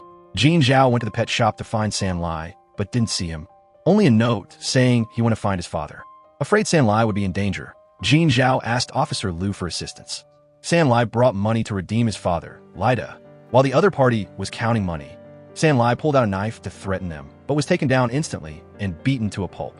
Jin Zhao arrived in time and attacked them fiercely. But then San Lai was taken hostage. Afraid something would happen to his friend, Jin Zhao had to stand still and take the beating. Fortunately, the police appeared in time. Jiang Mu gave Jin Zhao a space rocket Lego set. The two of them bathed the dog Lightning together, and then Jin Zhao found clothes for Jiang Mu to wear. While Jin Zhao was helping Jiang Mu choose clothes, he couldn't help but kiss her. Afterward, Jin Zhao and Jiang Mu slept in the same bed, and Jiang Mu asked about the obstacle race on the mountain. Jin Zhao comforted her, saying he had a map and would avoid the obstacles. This map was given by Officer Liu. Jiang Mu analyzed that there were still accomplices hiding behind the scenes. Jin Zhao said he was on the front line, and there always needed to be someone coordinating from behind. Everyone had a different role, and as for exactly who it was, since it was quite sensitive, he didn't dig too deep to find out. That night, Jin Zhao couldn't sleep, so he sat alone outside. He didn't want Jiang Mu to worry and be afraid along with him. For his own innocence, he also had to give his all to win this race. The next day, Lin Sui brought a racing suit to give to Jin Zhao. This suit was fireproof and heat-resistant. If an emergency happened, it could buy Jin Zhao an extra 20 seconds. Jin Zhao said he wasn't too fussy, but still accepted her gesture. Jiang Mu guessed the race would take place today, so she called Jin Zhao. He promised he would take her out tomorrow. In the evening, Jiang Mu sat alone, eating sunflower seeds at the repair shop. San Lai saw she hadn't gone back yet, so he stayed with her. Liang Feng came to the shop looking for Jiang Mu. He wanted to know how much she knew about Jin Zhao's race. Jiang Mu thought Liang Feng was someone from the alliance, so she refused to go with him. Liang Feng had to clarify his identity, saying Lu wanted to send him. Jin Zhao's phone couldn't be reached, so Jiang Mu was worried and believed Liang Feng's words. Liang Feng told Jiang Mu that Jin Zhao couldn't follow the planned route because someone suspected there was an undercover cop mixed into the alliance, but they hadn't identified who it was yet. Once Jin Zhao followed the old route, his identity would be exposed immediately. Liang Feng took Jiang Mu close to the race location and told her to go find Jin Zhao to explain the situation. Jin Zhao arrived at the race location, where Xia Zhang was already waiting. San Lai came looking for Jiang Mu. Jiang Mu drove to find Jin Zhao, rushing straight to the foot of the mountain. After finding out, Crazy Jean planned to take Jiang Mu to the starting point, but was blocked by people from Wanji. Wan Qing forced Jiang Mu to kneel, and for Jin Zhao's sake, she did it. Wan Qing was astonished and ordered her people to let them go. Wan Bang told Wan Qing not to be too sentimental, as even if Jiang Mu and everyone arrived, it would be too late. The race started, and Jin Zhao and Xia Zhang stuck close to each other. Not long after, Jin Zhao left Xia Zhang far behind. Unable to catch up, Jiang Mu had to take the luminous pearl firework in the car up to the highest bridge and light it. Jin Zhao saw it and remembered what Jiang Mu once said, that racing was like fireworks, both chasing the light. He could sacrifice himself for the case. But now that he had her, he had to know how to protect himself even more. After seeing the firework, Wan Bang smugly took out his phone to sabotage Jin Zhao's braking system. Jin Zhao realized Jiang Mu was warning him, so he tried stepping on the brakes. But they didn't work. The car had been tampered with. At a curve, Jin Zhao drove off the cliff, followed by an explosion. Jiang Mu screamed miserably and fainted. After watching the news, Jin Chang also kept calling Jin Zhao, but no one answered. When she woke up, Jiang Mu heard San Lai on the phone, asking someone to check all the hospitals, even the funeral homes. Jiang Mu's heart felt like it shattered. She knelt on the ground in extreme pain. San Lai told her to go home and wait for news, because once there was any, the police would call the family. Jiang Mu sat silently in the living room, neither eating nor sleeping. San Lai checked all the hospitals, but still had no news. He comforted Jiang Mu, saying that in this situation, no news was actually good news. The people at Wanji car shop were very happy, and they popped champagne to celebrate. From now on, the transportation of goods, the quantity, and the methods would all be decided by their Wanji. Wan Bang was in a very good mood. Xia Zhang came to ask Wan Bang about the cause of Jin Zhao's accident, and Wan Bang said it was because Jin Zhao's skills weren't good, and since he had won first place, the process didn't matter. San Lai kept calling Jin Zhao's phone. Although it rang, no one picked up. San Lai analyzed that the phone was still on Jin Zhao, and because the phone was still ringing, it meant the person was still okay. Jiang Mu asked Pan Kai to go out and dig for news. Pan Kai found Lu Wan's phone number.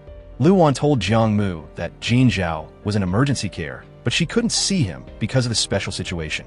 Knowing Jin Zhao was still alive, Jiang Mu's heart, which had been hanging in suspense, was finally relieved a bit. As soon as she got home, Jiang Mu received a call from Chris. He informed her that a few months ago, Jiang Han was found to have heart problems, which was the reason they went to Canada. Not long ago, Jiang Han had a successful surgery, and he hoped Jiang Mu could come to Canada to accompany her for the follow-up check. Jiang Mu agreed to go to Canada, and she texted this news to Jin Zhao, but he was in a coma, so he couldn't read the message. 1 month later, Jiang Mu was preparing to leave, and she still hadn't received a reply from Jin Zhao. She sent another message to him, telling him he absolutely had to reply when he got it. Finally, Jin Zhao woke up. Lu Wan showed him the messages Jiang Mu had sent. Jin Zhao asked Lu Wan to contact San Lai. Jiang Mu received a reply text from Jin Zhao. He wanted to meet her. San Lai took Jiang Mu to the meeting place, and upstairs she met Jin Zhao. Jin Zhao was holding onto the railings standing there, looking haggard. In Vancouver, Jiang Mu arrived home and met Jiang Han, who was very happy. Jiang Mu said that from now on, she would always go with her for checkups. Jiang Mu continued her studies in Canada, majoring in natural sciences, leaning toward physics and astronomy. In the beginning, she faced a lot of pressure. Go to class was like listening to heavenly scriptures. She shared her situation with Jean Zhao and even sent a selfie. Lin Sui introduced a rehabilitation doctor named Delia to Jean Zhao. Delia conducted rehabilitation therapy for him. The process was very grueling, but Jean Zhao gritted his teeth and endured it all. The doctor told San Lai that the fact Jean Zhao could stand up and live without a wheelchair was already a huge stroke of luck, but racing was impossible. After hearing that, Jean Zhao felt even more that letting go of Jiang Mu was the best thing for her. He didn't want to be a burden to her. His case wasn't over yet, and Jiang Mu deserved a better life. He also told San Lai not to contact Jiang Mu anymore, so she could live a peaceful life. All the messages sent were like stones sinking into the sea. Jiang Mu remembered the days with Jean Zhao, and tears unconsciously streamed down. She longed for Jean Zhao to reply so much, even if it was just an emoji. Jean Zhao started practicing walking. He worked very hard, practicing until late at night. Delia told Jean Zhao that later on he might experience phantom limb pain, which could be physiological or caused by psychological trauma, but he didn't need to worry. She would help him. Jean Zhao walked more and more steadily. Lu Wan was very happy, laughing and saying that talented people even recover this quickly. Lu Wan reported the good news to Jean Zhao that the case had been solved, and the amount of money involved was huge. Luckily, thanks to Xia Zhang turning himself in, the case had an important breakthrough. Jean Zhao remembered the last time Xia Zhang came to the hospital room to apologize to him, and when leaving, he even said he would turn himself in. Xia Zhang provided the transaction methods of Wan Bang and the Alliance.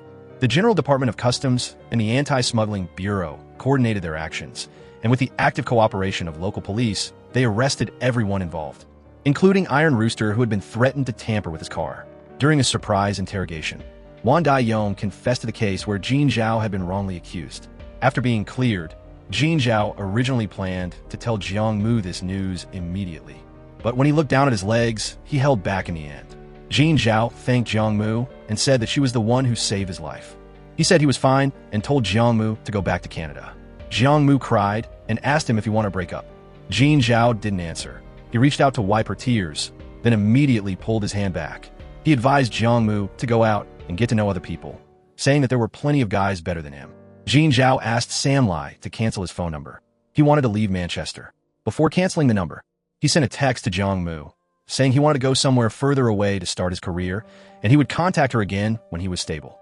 Half a year later, Jean Zhao went back to the repair shop, felt Jiang Mu's presence and laughter, and then made up his mind to close the shop and return to his home country. When Jiang Mu returned to the country, even though Jin Chong and Zhao Meiwan felt bad, for the sake of the two kids, they still decided not to reveal anything about Jin Zhao. When Jiang Mu kept asking, Zhao Wan said that Jin Zhao wasn't Jin Chong's biological son anyway, and since he had been living on his own for so many years, they didn't have the right to interfere with whatever he wanted to do. Jiang Mu went to the repair shop, but it had been empty for a long time, and the pet shop was closed too. Jiang Mu called Sam Lai, and he said that he hadn't been in touch with Jin Zhao for a long time either. He even advised Jiang Mu to find a new boyfriend and forget about Jin Zhao. The repair shop held too many memories for the two of them. Jiang Mu touched the lock on the door and then helplessly walked away. 3 years later, Chris's family threw a Christmas party. Jiang Han's health had completely recovered, and the whole family was very happy. Jiang Mu cooked a table full of dishes, remembering her time in Manchester when she couldn't even cook a proper meal. Nick, Chris's son, wanted to pursue Jiang Mu but was rejected by her. Jiang Mu started the cycle of blind dates. On every date, the guy did the talking while she just smiled politely without saying anything, listening to them ramble on. Taking a sip of the coffee in front of her, Jiang Mu seemed to see Jin Zhao. Jin Zhao asked her if the coffee was good, and if it wasn't as good as the coffee he made. Jiang Mu looked at him with red eyes, and Jin Zhao asked if she had forgotten his taste. Remembering the coffee Jin Zhao made for her, she still clearly remembered that sweet taste. Jiang Mu didn't want to deal with blind dates anymore. She just said, "I'm tired," and walked away. Jin Zhao once told her to get to know other people. This year, Jiang Mu was 26 years old and had met many people, but after going in a full circle, she still couldn't forget Jin Zhao. Gu Jie, a senior in her graduate program, also came from Nanjing. At the library, he saw Jiang Mu studying very hard, so he made the first move to strike up a conversation. He knew a little about fountain pens and was surprised to find out it was a gift from an ex-boyfriend she had only known for a week. Gu Jie told her that the pen had an 18-karat gold nib, and the body and cap were both carved from solid silver. Jiang Mu looked at the pen in her hand. Back then, Jin Zhao didn't have money, but he still gave her the best things. Jiang Mu and Jiang Han chatted about things in Manchester and about Jin Zhao. Jiang Han had understood her sister's feelings for a long time, but didn't say it out loud. After graduating, Gu Jie returned to Nanjing and worked at a branch of the Chinese Academy of Sciences. During a business trip to Canada, he invited Jiang Mu to come back to the country to build her career, saying that his place had an opening for a research assistant. Gu Jie also invited Jiang Mu to join a small gathering of his, including colleagues from Canada and Nanjing. Professor Gan, Gu Jie's teacher, saw Jiang Mu's pendant and said it was dice filled with red beans, yearning carved into the bones, do you know? Meaning that in the old days, it was used as a token of love. Jiang Mu accepted Gu Jie's invitation and decided to return to the country after graduation to build her career. Jiang Mu went to visit Jin Chong, and he said that there was still no news of Jin Zhao.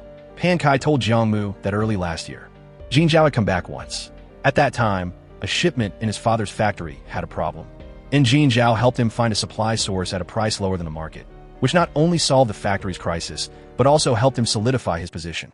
Pan Kai was very grateful to Jin Zhao, and only later did he realize that Jin Zhao helped him to repay the favor of fixing the car at his factory when Jin Zhao's car was smashed. From Pan Kai, Jiang Mu got Jin Zhao's contact information. She knew Jin Zhao wasn't a heartless person. If he returned to Manchester, it was impossible for him not to visit Jin Chong, but Jin Chong kept silent and didn't say anything.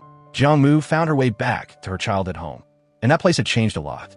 Jiang Mu settled into her life in Nanjing. While chatting with Gu Jie, she mentioned that she liked vanilla milk with a hint of cinnamon. Gu Jie was curious about what that taste was like, and Jiang Mu said even she didn't remember clearly anymore. Gu Jie suddenly understood. What she wanted to remember was probably the taste of the person who drank coffee with her. Jiang Mu talked about her dream. She always wanted to open a coffee shop named Moon by a road lined with parasol trees. In autumn, the scent of osmanthus flowers wafting through would be so pleasant. Although she had saved enough money to open the shop, the time hadn't come yet. Before that, she had one more thing to do. Jin Zhao was eating breakfast at a roadside stall, and shortly after, Jiang Mu also arrived, and the two of them just missed each other. Jiang Mu wanted to buy back the old house in Nanjing, but the broker said that the house had been sold before to a big boss from Beijing, confirmed and paid for on the same day. Jiang Mu begged the broker to arrange a meeting with the buyer, saying no matter how much extra she had to pay, she wanted to buy back the old house. 6 years ago, when Jiang Mu left, she wanted to take Lightning with her, but Sanlai said it had gotten lost. Jiang Mu was very sad. To her, Lightning wasn't just a dog. Jiang Mu started her new life in Nanjing, and she was very happy to know the broker had helped her arrange a meeting with the buyer. One morning while jogging, Jiang Mu saw a golden retriever on the street. It barked and ran toward her, reminding her of Lightning. Gu Jie called Jiang Mu saying that when he was on a business trip in Beijing, while passing by a parasol tree avenue, he saw a coffee shop named Moon. That coffee shop was located at the foot of Purple Mountain, next to the Parasol Tree Avenue, exactly like the coffee shop in Jiang Mu's dream. Jiang Mu went to the address and saw the golden retriever she met during her morning jog again. Jiang Mu felt something wasn't right, so she called out Lightning. Hearing that, the dog immediately bounded toward her, then led her to the coffee shop. The coffee shop sign was very small. The dog's name was Mendan. Inside the shop, there was a telescope, and the coffee had a familiar taste to her. Jiang Mu wanted to meet the owner, but the staff just told her to leave her contact information. Jiang Mu clipped her fountain pen into the guest book. After going home and searching for information about the coffee shop, through photos taken by passersby, Jiang Mu felt the owner was Jin Zhao. However, from the comments left, everyone said the owner was married, and his wife and children had settled abroad. A week passed, and Jiang Mu still hadn't received any news from the coffee shop. She returned to the shop to find her fountain pen. The staff told Jiang Mu that her pen had been taken by the owner, and the owner set a meeting with her on Sunday to return it in person. While choosing clothes for the meeting, the real estate broker called Jiang Mu, saying that the house buyer also wanted to meet on Sunday. As soon as the unexpected meeting at the research institute ended, Jiang Mu ran straight to the coffee shop. Luckily, the person was still there. With red-rimmed eyes, Jiang Mu carefully walked upstairs. It was Jin Zhao, the person she longed for day and night. Jin Zhao stood up and said, "It really is you," then invited her to sit down.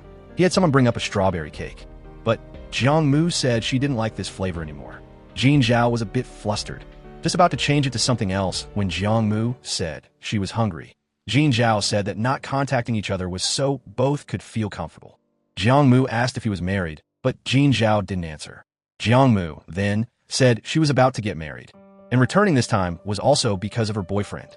Hearing that, Jin Zhao felt that this was very good. Jiang Mu got angry, stood up to leave, but turned her head back to ask for contact information before going. Jin Zhao admitted that he was the one who bought the old house. After Jiang Mu left, Jin Zhao's eyes were also red.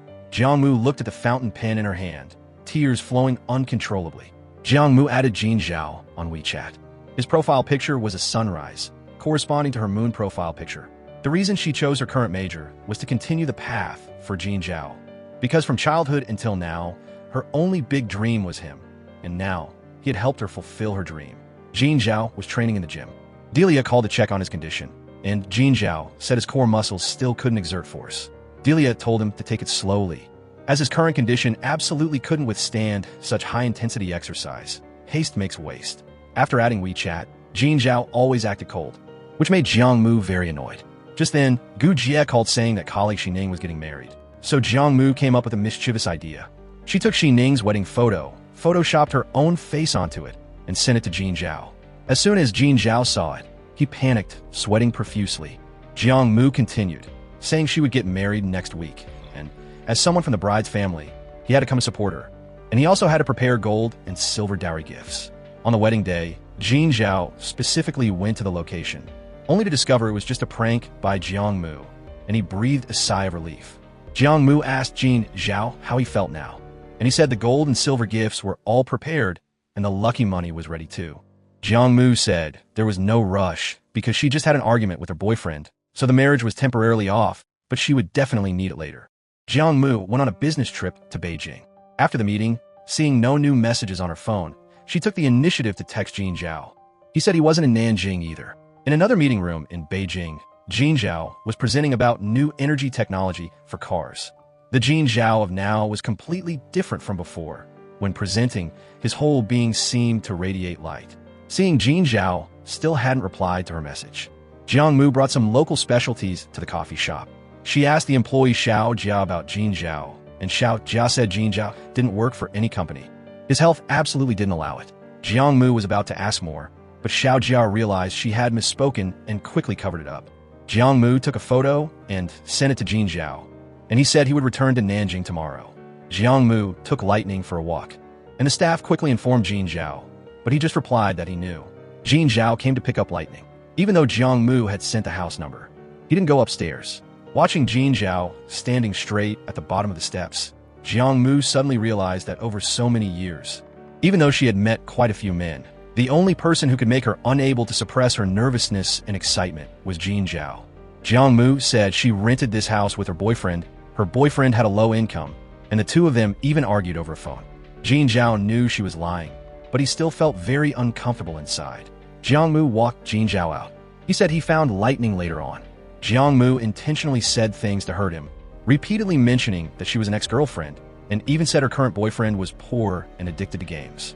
The more Jin Zhao listened, the angrier he got, asking her what exactly she saw in her boyfriend, and Jiang Mu explained she was getting old. Jin Zhao told her not to joke like that in the future, as it was very unpleasant for him to hear. Waking up the next morning, Jiang Mu received a message notifying her of a weather change. She was just about to text Jin Zhao when his message arrived, reminding her the weather was changing and to remember to wear more clothes. Jin Zhao played the song "The Moon Represents My Heart" and started a new day. Seeing no new messages on her phone, Jiang Mu went to the coffee shop. Xiao Jia told her that Jin Zhao once said he was married, and his wife and children were abroad. Although they had never seen photos, they had indeed seen a beautiful woman at Jin Zhao's house. Hearing that, Jiang Mu was furious. She asked for the address and went straight to Jin Zhao's house. The person who opened the door was Delia, and she said she was living at Jin Zhao's house. While Delia was taking a shower, her phone rang. Jiang Mu saw it was her son calling, so she asked straight out if the child's father was Jin Zhao. Delia said her son had already graduated from university. Jiang Mu then asked about the child on Delia's phone screen, and Delia laughed and cried at the same time, saying that her little son wasn't Jin Zhao's either, as she was almost 50 years old. Delia took Jiang Mu to see Jin Zhao's rehabilitation room, where there was a photo of Jin Zhao and Jiang Mu together when they were young. Delia clarified her identity, saying she was Jin Zhao's personal doctor. After the car accident, Jin Zhao often suffered from body aches, and when it was severe, she had to give him sedatives, and in his delirium, Jin Zhao called out Jiang Mu's name. From Delia's story, Jiangmu learned about Jin Zhao's situation over the past 6 years. Delia was very happy that Jiangmu could return to Jin Zhao's side. Jiangmu went to Manchester to find the hospital where Jin Zhao was treated and got his medical records. The more she looked, the more it hurt. After the accident, everyone hid it from her, and Jin Zhao also tried his best to push her away. Jiangmu looked at the medical records alone and burst into tears. Jin Zhao called Jiangmu, saying he wanted to give her something. Jiangmu asked him to go hiking. When they met again, Jiangmu dressed brightly and was praised by Jin Zhao that she was beautiful whether in the past or present. He remembered their childhood when they climbed the mountain together. Seeing her too tired to walk, so he held her hand and led her. At the foot of the mountain trail, Jin Zhao gave Jiangmu a new phone. Jiangmu teased that he was easily tricked by girls, but Jin Zhao said she wasn't just anyone. She intentionally mentioned her boyfriend, saying he might mind, and Jin Zhao replied if he minded, he should buy it himself. When Jiangmu continued to provoke him, saying her boyfriend's money had to be saved for game equipment, Jin Zhao annoyedly turned and walked up the steps first. Jiangmu ran ahead.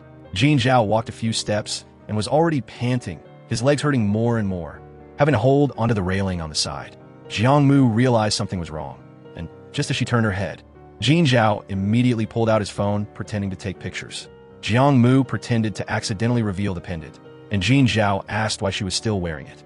Jiangmu ran up a few steps and said she wanted a race. Jin Zhao didn't agree, but Jiangmu said she would wait for him at the top. When he reached the top of the mountain, Jin Zhao's face was pale. Jiangmu called him back, heartbreakingly asking if he planned to hide from her all his life, then burst into tears, saying she had seen the medical records and knew everything. Jin Zhao apologized, admitting he had planned to wait until his condition was better to find her. Jiangmu didn't understand why everyone hid it from her. Jin Zhao shed tears, explaining that at that time Jiangmu was too young, and he himself was in a very bad state, not sure if he could make it through, and later, even if he got better, he didn't have a stable life, so he didn't want her to suffer with him. When Jiangmu asked if he wanted to get back together, Jin Zhao didn't answer, just clenched his hands tight and silently looked at her. That night, Jiangmu thought back to Delia's words. She didn't know why Jin Zhao was determined to return to Nanjing. Meanwhile, Jin Zhao leaned against the bed, sitting on the floor, recalling the scene after waking up and going to meet Jiangmu. Sam Lai couldn't stop him, so he had to let him go meet her. But after the meeting, Jin Zhao couldn't hold on anymore and collapsed on the ground, scaring Sam Lai into rushing him back to the hospital. The Mid-Autumn Festival arrived, and Jiangmu invited Jin Zhao to celebrate together. But after the hike, Jin Zhao had a fever and was on a 4-drip that day. To celebrate with Jiangmu, he intentionally adjusted the drip speed to be faster. After work, Jiangmu went to the coffee shop and saw the staff eating crabs. They said the boss had a fever and shouldn't eat cold foods. Jiangmu heard that and just stepped outside when she met Jin Zhao. Not to worry her, he secretly tore off the 4 patch on his hand. Jiangmu asked Jin Zhao if he still had a fever, and he leaned his face close in front of her, saying she could touch and see.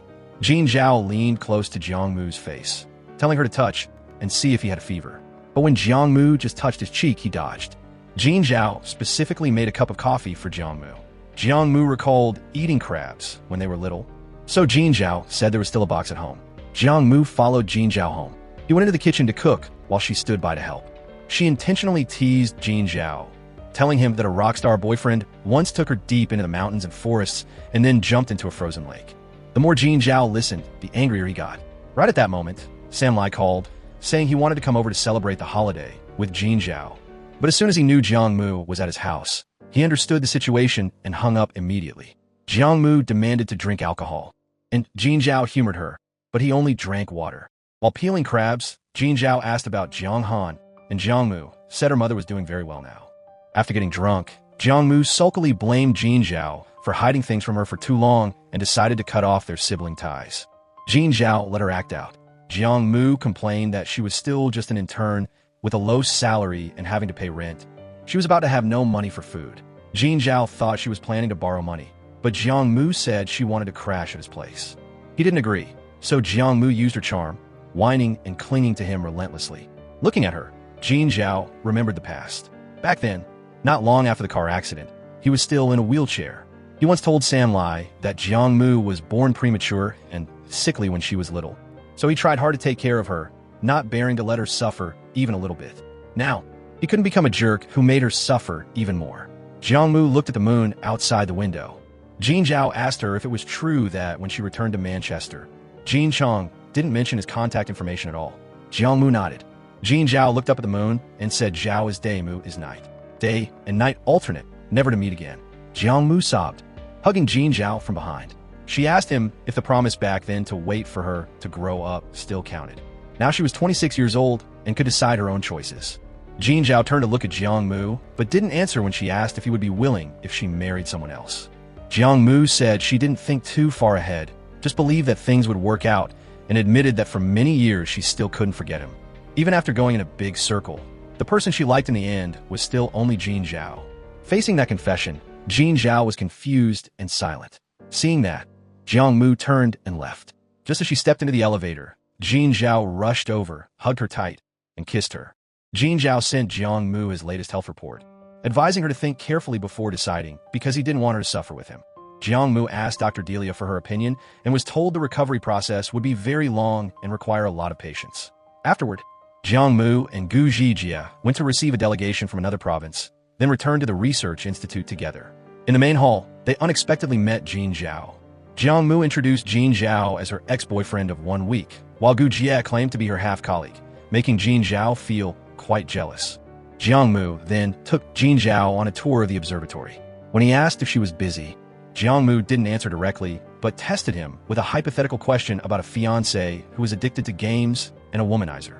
Jin Zhao affirmed he would make her voluntarily give up on that person before the wedding day. When Jiang Mu seriously asked what if she saw the health report and backed out, Jin Zhao looked panicked. Immediately after, Jiang Mu took him to see the sun and moon shining together phenomenon. Considering it her answer, Jin Zhao is day, Jiang Mu is night, sun and moon shine together. Together day and night, never to be apart. Jin Zhao was moved, hugged Jiang Mu tight, and burst into tears, then watched the sunset with her.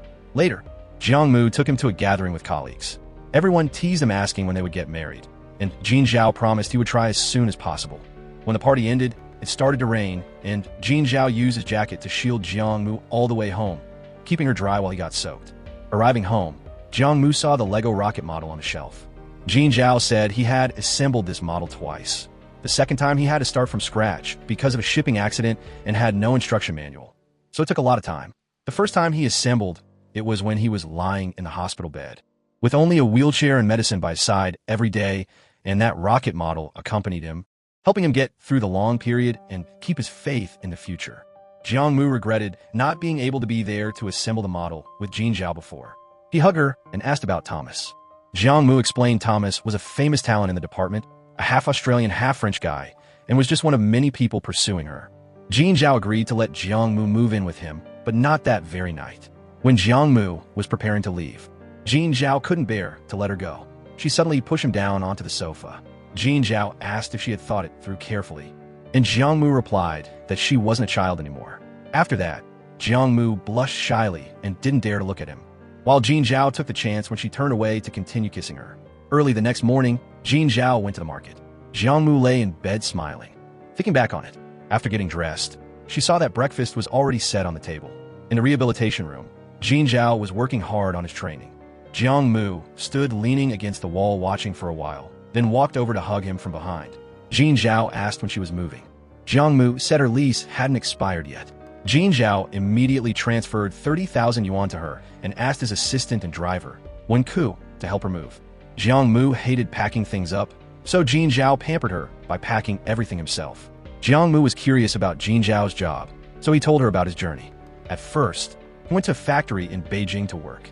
After gaining some reputation, he switched to the Institute of Automotive Engineering to research technological innovation.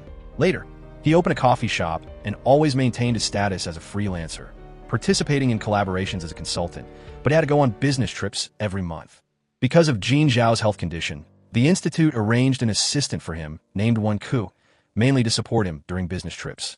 While packing, Jin Zhao thought a tube dress was a scarf, and even laughed, saying he couldn't imagine what it looked like, telling Jiang Mu to try it on for him to see. Jiang Mu immediately pushed him out of the room. Jin Zhao saw Jiang Mu's old photos, including a picture of the two of them together, in a box.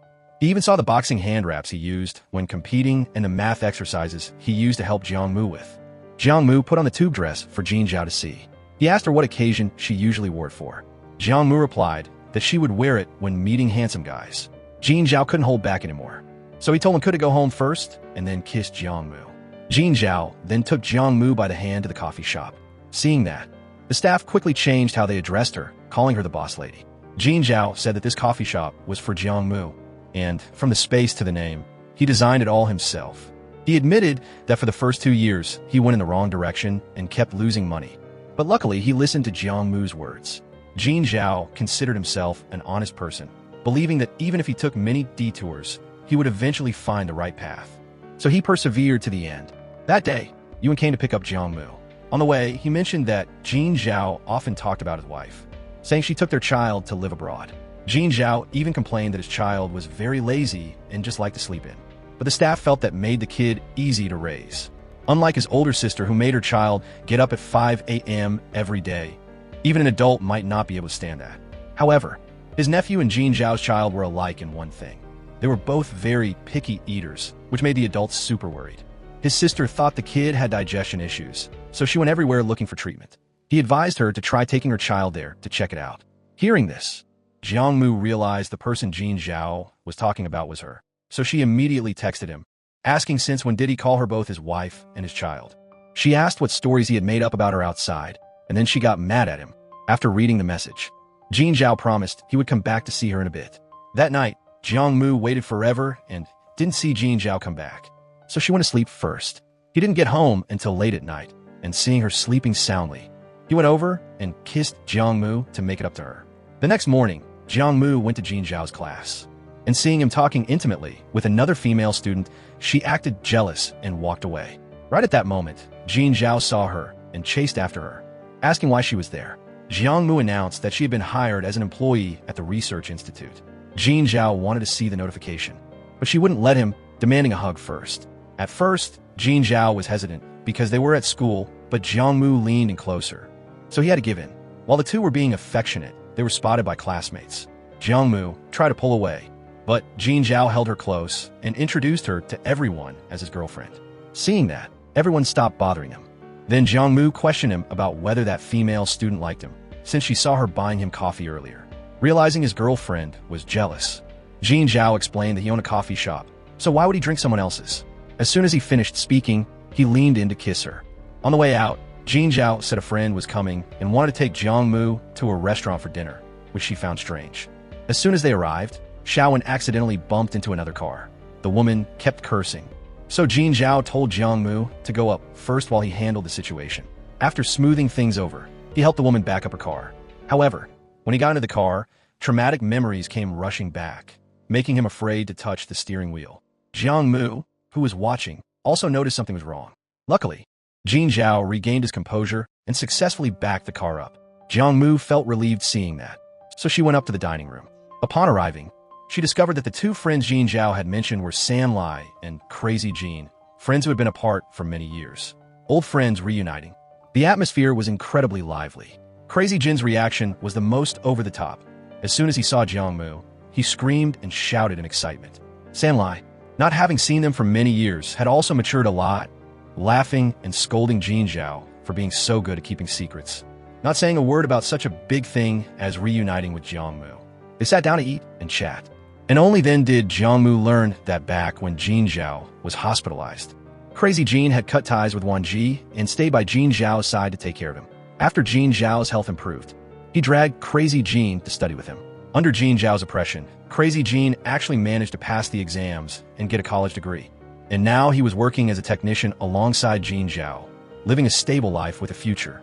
San Lai couldn't stand seeing his good brothers scattered, so he moved from Shagua to open a fast food joint near Jin Zhao's factory. Thanks to his good cooking skills, plus Jin Zhao's influence, business boomed more and more. He decisively took over the contract for Jin Zhao's factory cafeteria, and now he was a proper cafeteria manager. Everyone talked and laughed happily. Jin Zhao leaned back in his chair, naturally blending into that atmosphere. Looking at the three of them, Jiangmu recalled memories from back then, feeling that time passed so quickly, and Jin Zhao's friends had all matured. When Jin Zhao was with them, she realized he was very relaxed. Perhaps now everyone had gradually forgotten his turbulent past. After the meal ended, San Lai invited him to smoke, but Jin Zhao refused because he had quit a long time ago. San Lai was surprised, not thinking he would change like that for a girl. He wanted to know what stage Jin Zhao and Jiangmu were at. Jin Zhao immediately declared he wanted to marry her. Sun Lai only then realized that back then, Jin Zhao asked him to change his phone number so he wouldn't have a chance to contact Jiang Mu. Having his intentions hit on the head, Jin Zhao had to admit it. He even reminded Sun Lai that when he came to his wedding, he had to bring lots of red envelopes. Returning home, Jiang Mu recounted that during her 2 years studying in Canada, she went back to Manchester every year to look for him. Because she couldn't find him, she was very angry and swore she would never go back to look for him again.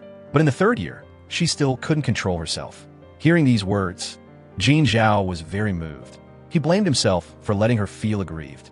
Jiang Mu demanded he make it up to her with a kiss. Just then, Lin Sui walked up and witnessed this scene. Jiang Mu felt embarrassed and hugged Jin Zhao tightly.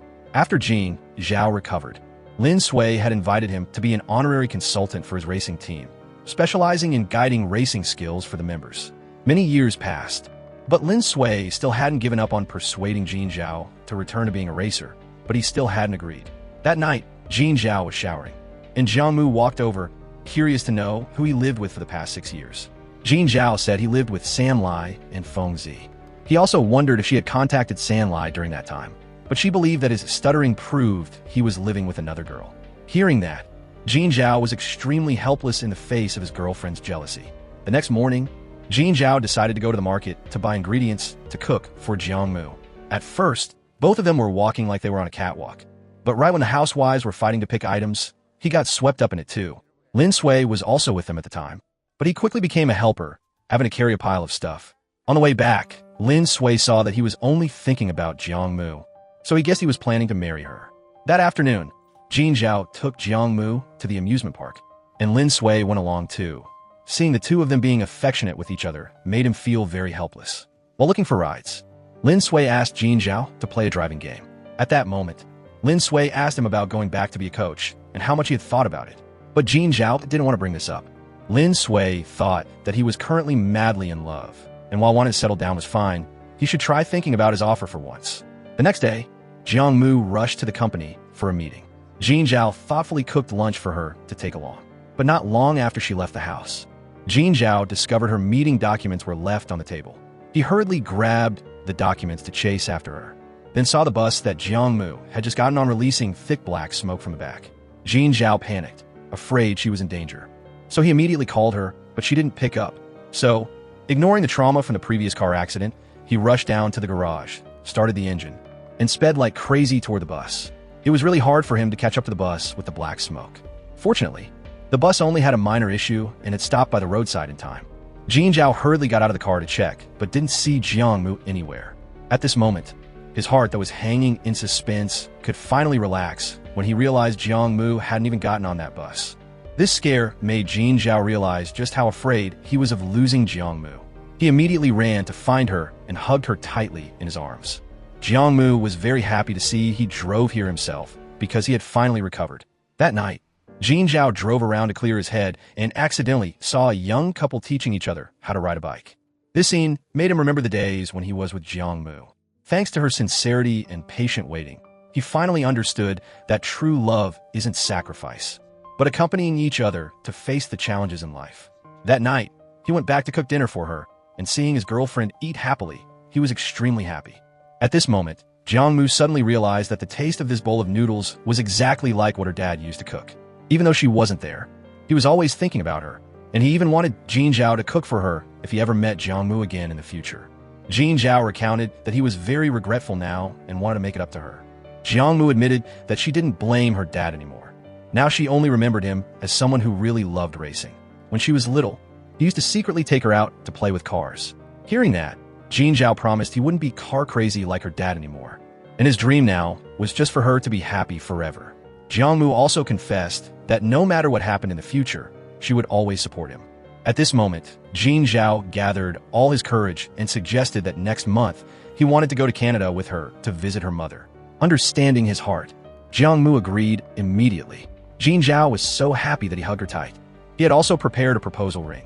He knew very well that Jiang Mu's mother never liked him, so this visit would definitely be met with a cold shoulder. Even so, Jin Zhao still wanted to ask her directly for Jiang Mu's hand in marriage. The day to leave came very quickly, and Jiang Mu knew that there was a not-so-happy past between Jin Zhao and her mother. Before leaving, she kept encouraging and comforting him. Sure enough, as soon as Jin Zhao stepped into Jiang Mu's mother's house, she showed a cold attitude and even intentionally ignored his existence, making Jin Zhao feel very uncomfortable. During dinner, Jiang Mu's mother was only busy talking and laughing happily with her daughter and the stepfather, completely leaving Jin Zhao out in the cold. The stepfather tried to speak up a few times to smooth things over, but he was stopped by her. At the table, Jiang Mu accidentally mentioned that she had given up her rented room. Her mother's face immediately changed, and she hurriedly asked where she was staying. Jin Zhao quickly stepped in to answer, saying that Jiang Mu was staying temporarily at his house. Hearing this, Jiang Mu's mother immediately looked upset. This made Jin Zhao extremely tense, so Jiang Mu held his hand to reassure him. After dinner, Jin Zhao solemnly took out a set of 3 gold jewelry pieces and a generous dowry he had prepared and respectfully proposed to Jiang Mu's mother. He frankly said that he knew that to her, he probably wasn't the ideal son-in-law, but he was willing to spend the rest of his life taking care of Jiang Mu and would absolutely never let her suffer any grievances. As he spoke, Jin Zhao lifted a cup of tea and respectfully offered it to Jiang Mu's mother. She took the teacup but just set it aside, showing no intention of agreeing. It was clear that, deep down, she still couldn't accept him. Jiang Mu watched Jin Zhao endure this unfair treatment for her sake, and her heart ached terribly. The stepfather also comforted him, saying everything needed time and not to be too hasty, and then he left. As for Jiang Mu, she quietly walked over to his side and hugged him to comfort him silently. That night, Jiang Mu and Jin Zhao hugged each other, both too worried to sleep. This scene was accidentally caught by Jiang Mu's mother, who woke up in the middle of the night. She looked unhappy and immediately told Jiang Mu to go back to her room to sleep. After that, she went out to the yard alone to tend to the plants. Jin Zhao didn't avoid her, but quietly went to Jiang Mu's mother's side, helping pass her the scissors and cleaning up the dry branches and withered leaves she had just cut. Jiang Mu's mother stopped what she was doing and had a sincere heart-to-heart with Jin Zhao. She frankly said that love and married life were 2 different things. Just like her and Jiang Mu's father back then, they initially came together because of attraction, but after getting married, they were always bogged down by petty things, arguing nonstop, which eventually wore away the little love that was left. She hoped Jin Zhao could understand that marriage was much more complicated than love and couldn't just rely on temporary passion. Jiang Mu's mother also mentioned that over the years, she had always felt guilty toward Jin Zhao. The reason she didn't want to adopt him back then was partly because she still resented Jiang Mu's father. That anger had nowhere to go, so it ended up being taken out on the innocent Jin Zhao. She remembered when he was little, during a freezing winter, she knitted a new scarf for Jiang Mu. She clearly saw that Jin Zhao also really craved it and wanted to feel that warmth too, but he wasn't good at expressing himself. She had knitted a scarf for Jin Zhao halfway, but eventually left it unfinished. That unfinished scarf became a regret in her heart for many years. After the 2 of them poured their hearts out to each other, Jin Zhao once again offered tea to Jiang Mu's mother. This time, she took the teacup and took a sip. Next, Jiang Mu's mother stood up, took out the dowry gifts to return them to Jin Zhao, saying that he would need money for many things in the future. Being approved by his elder, Jin Zhao was extremely grateful. He expressed that the dowry was a token of his sincerity and still hoped Jiang Mu's mother would accept it. Hearing that, Jiang Mu's mother didn't refuse anymore. Before long, the Lunar New Year passed, and Jiang Mu and Jin Zhao prepared to return to their country. Before leaving, Jin Zhao received a scarf knitted by Jiang Mu's mother, with a style similar to the unfinished one from years ago. Inside the scarf was a note written by Jiang Mu's mother, saying she was willing to entrust her daughter to Jin Zhao, and she also apologized because this scarf was 18 years late. Jin Zhao looked at the note, feeling extremely moved. He took the opportunity to take out a diamond ring to propose to Jiang Mu. Jiang Mu lovingly complained that they were moving too fast, having only been together for a few months and already thinking about marriage. Jin Zhao seriously said that ever since the day they decided to be together when they were 20, this feeling had never truly been interrupted, but had long become strong over the years. That was the truth, so Jiang Mu happily accepted the proposal. On the wedding day, their close friends just lay in bed refusing to get up because they drank too much the night before, so only the bride and groom were sober. Jin Zhao held Jiang Mu's hand, and together they pulled off a spontaneous runaway. This love story of never leaving or abandoning each other finally had a perfect ending.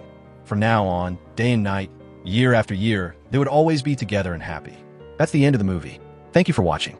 If you liked it, please give me a like. Don't forget to subscribe to the channel and hit the bell to wait for the newest movies.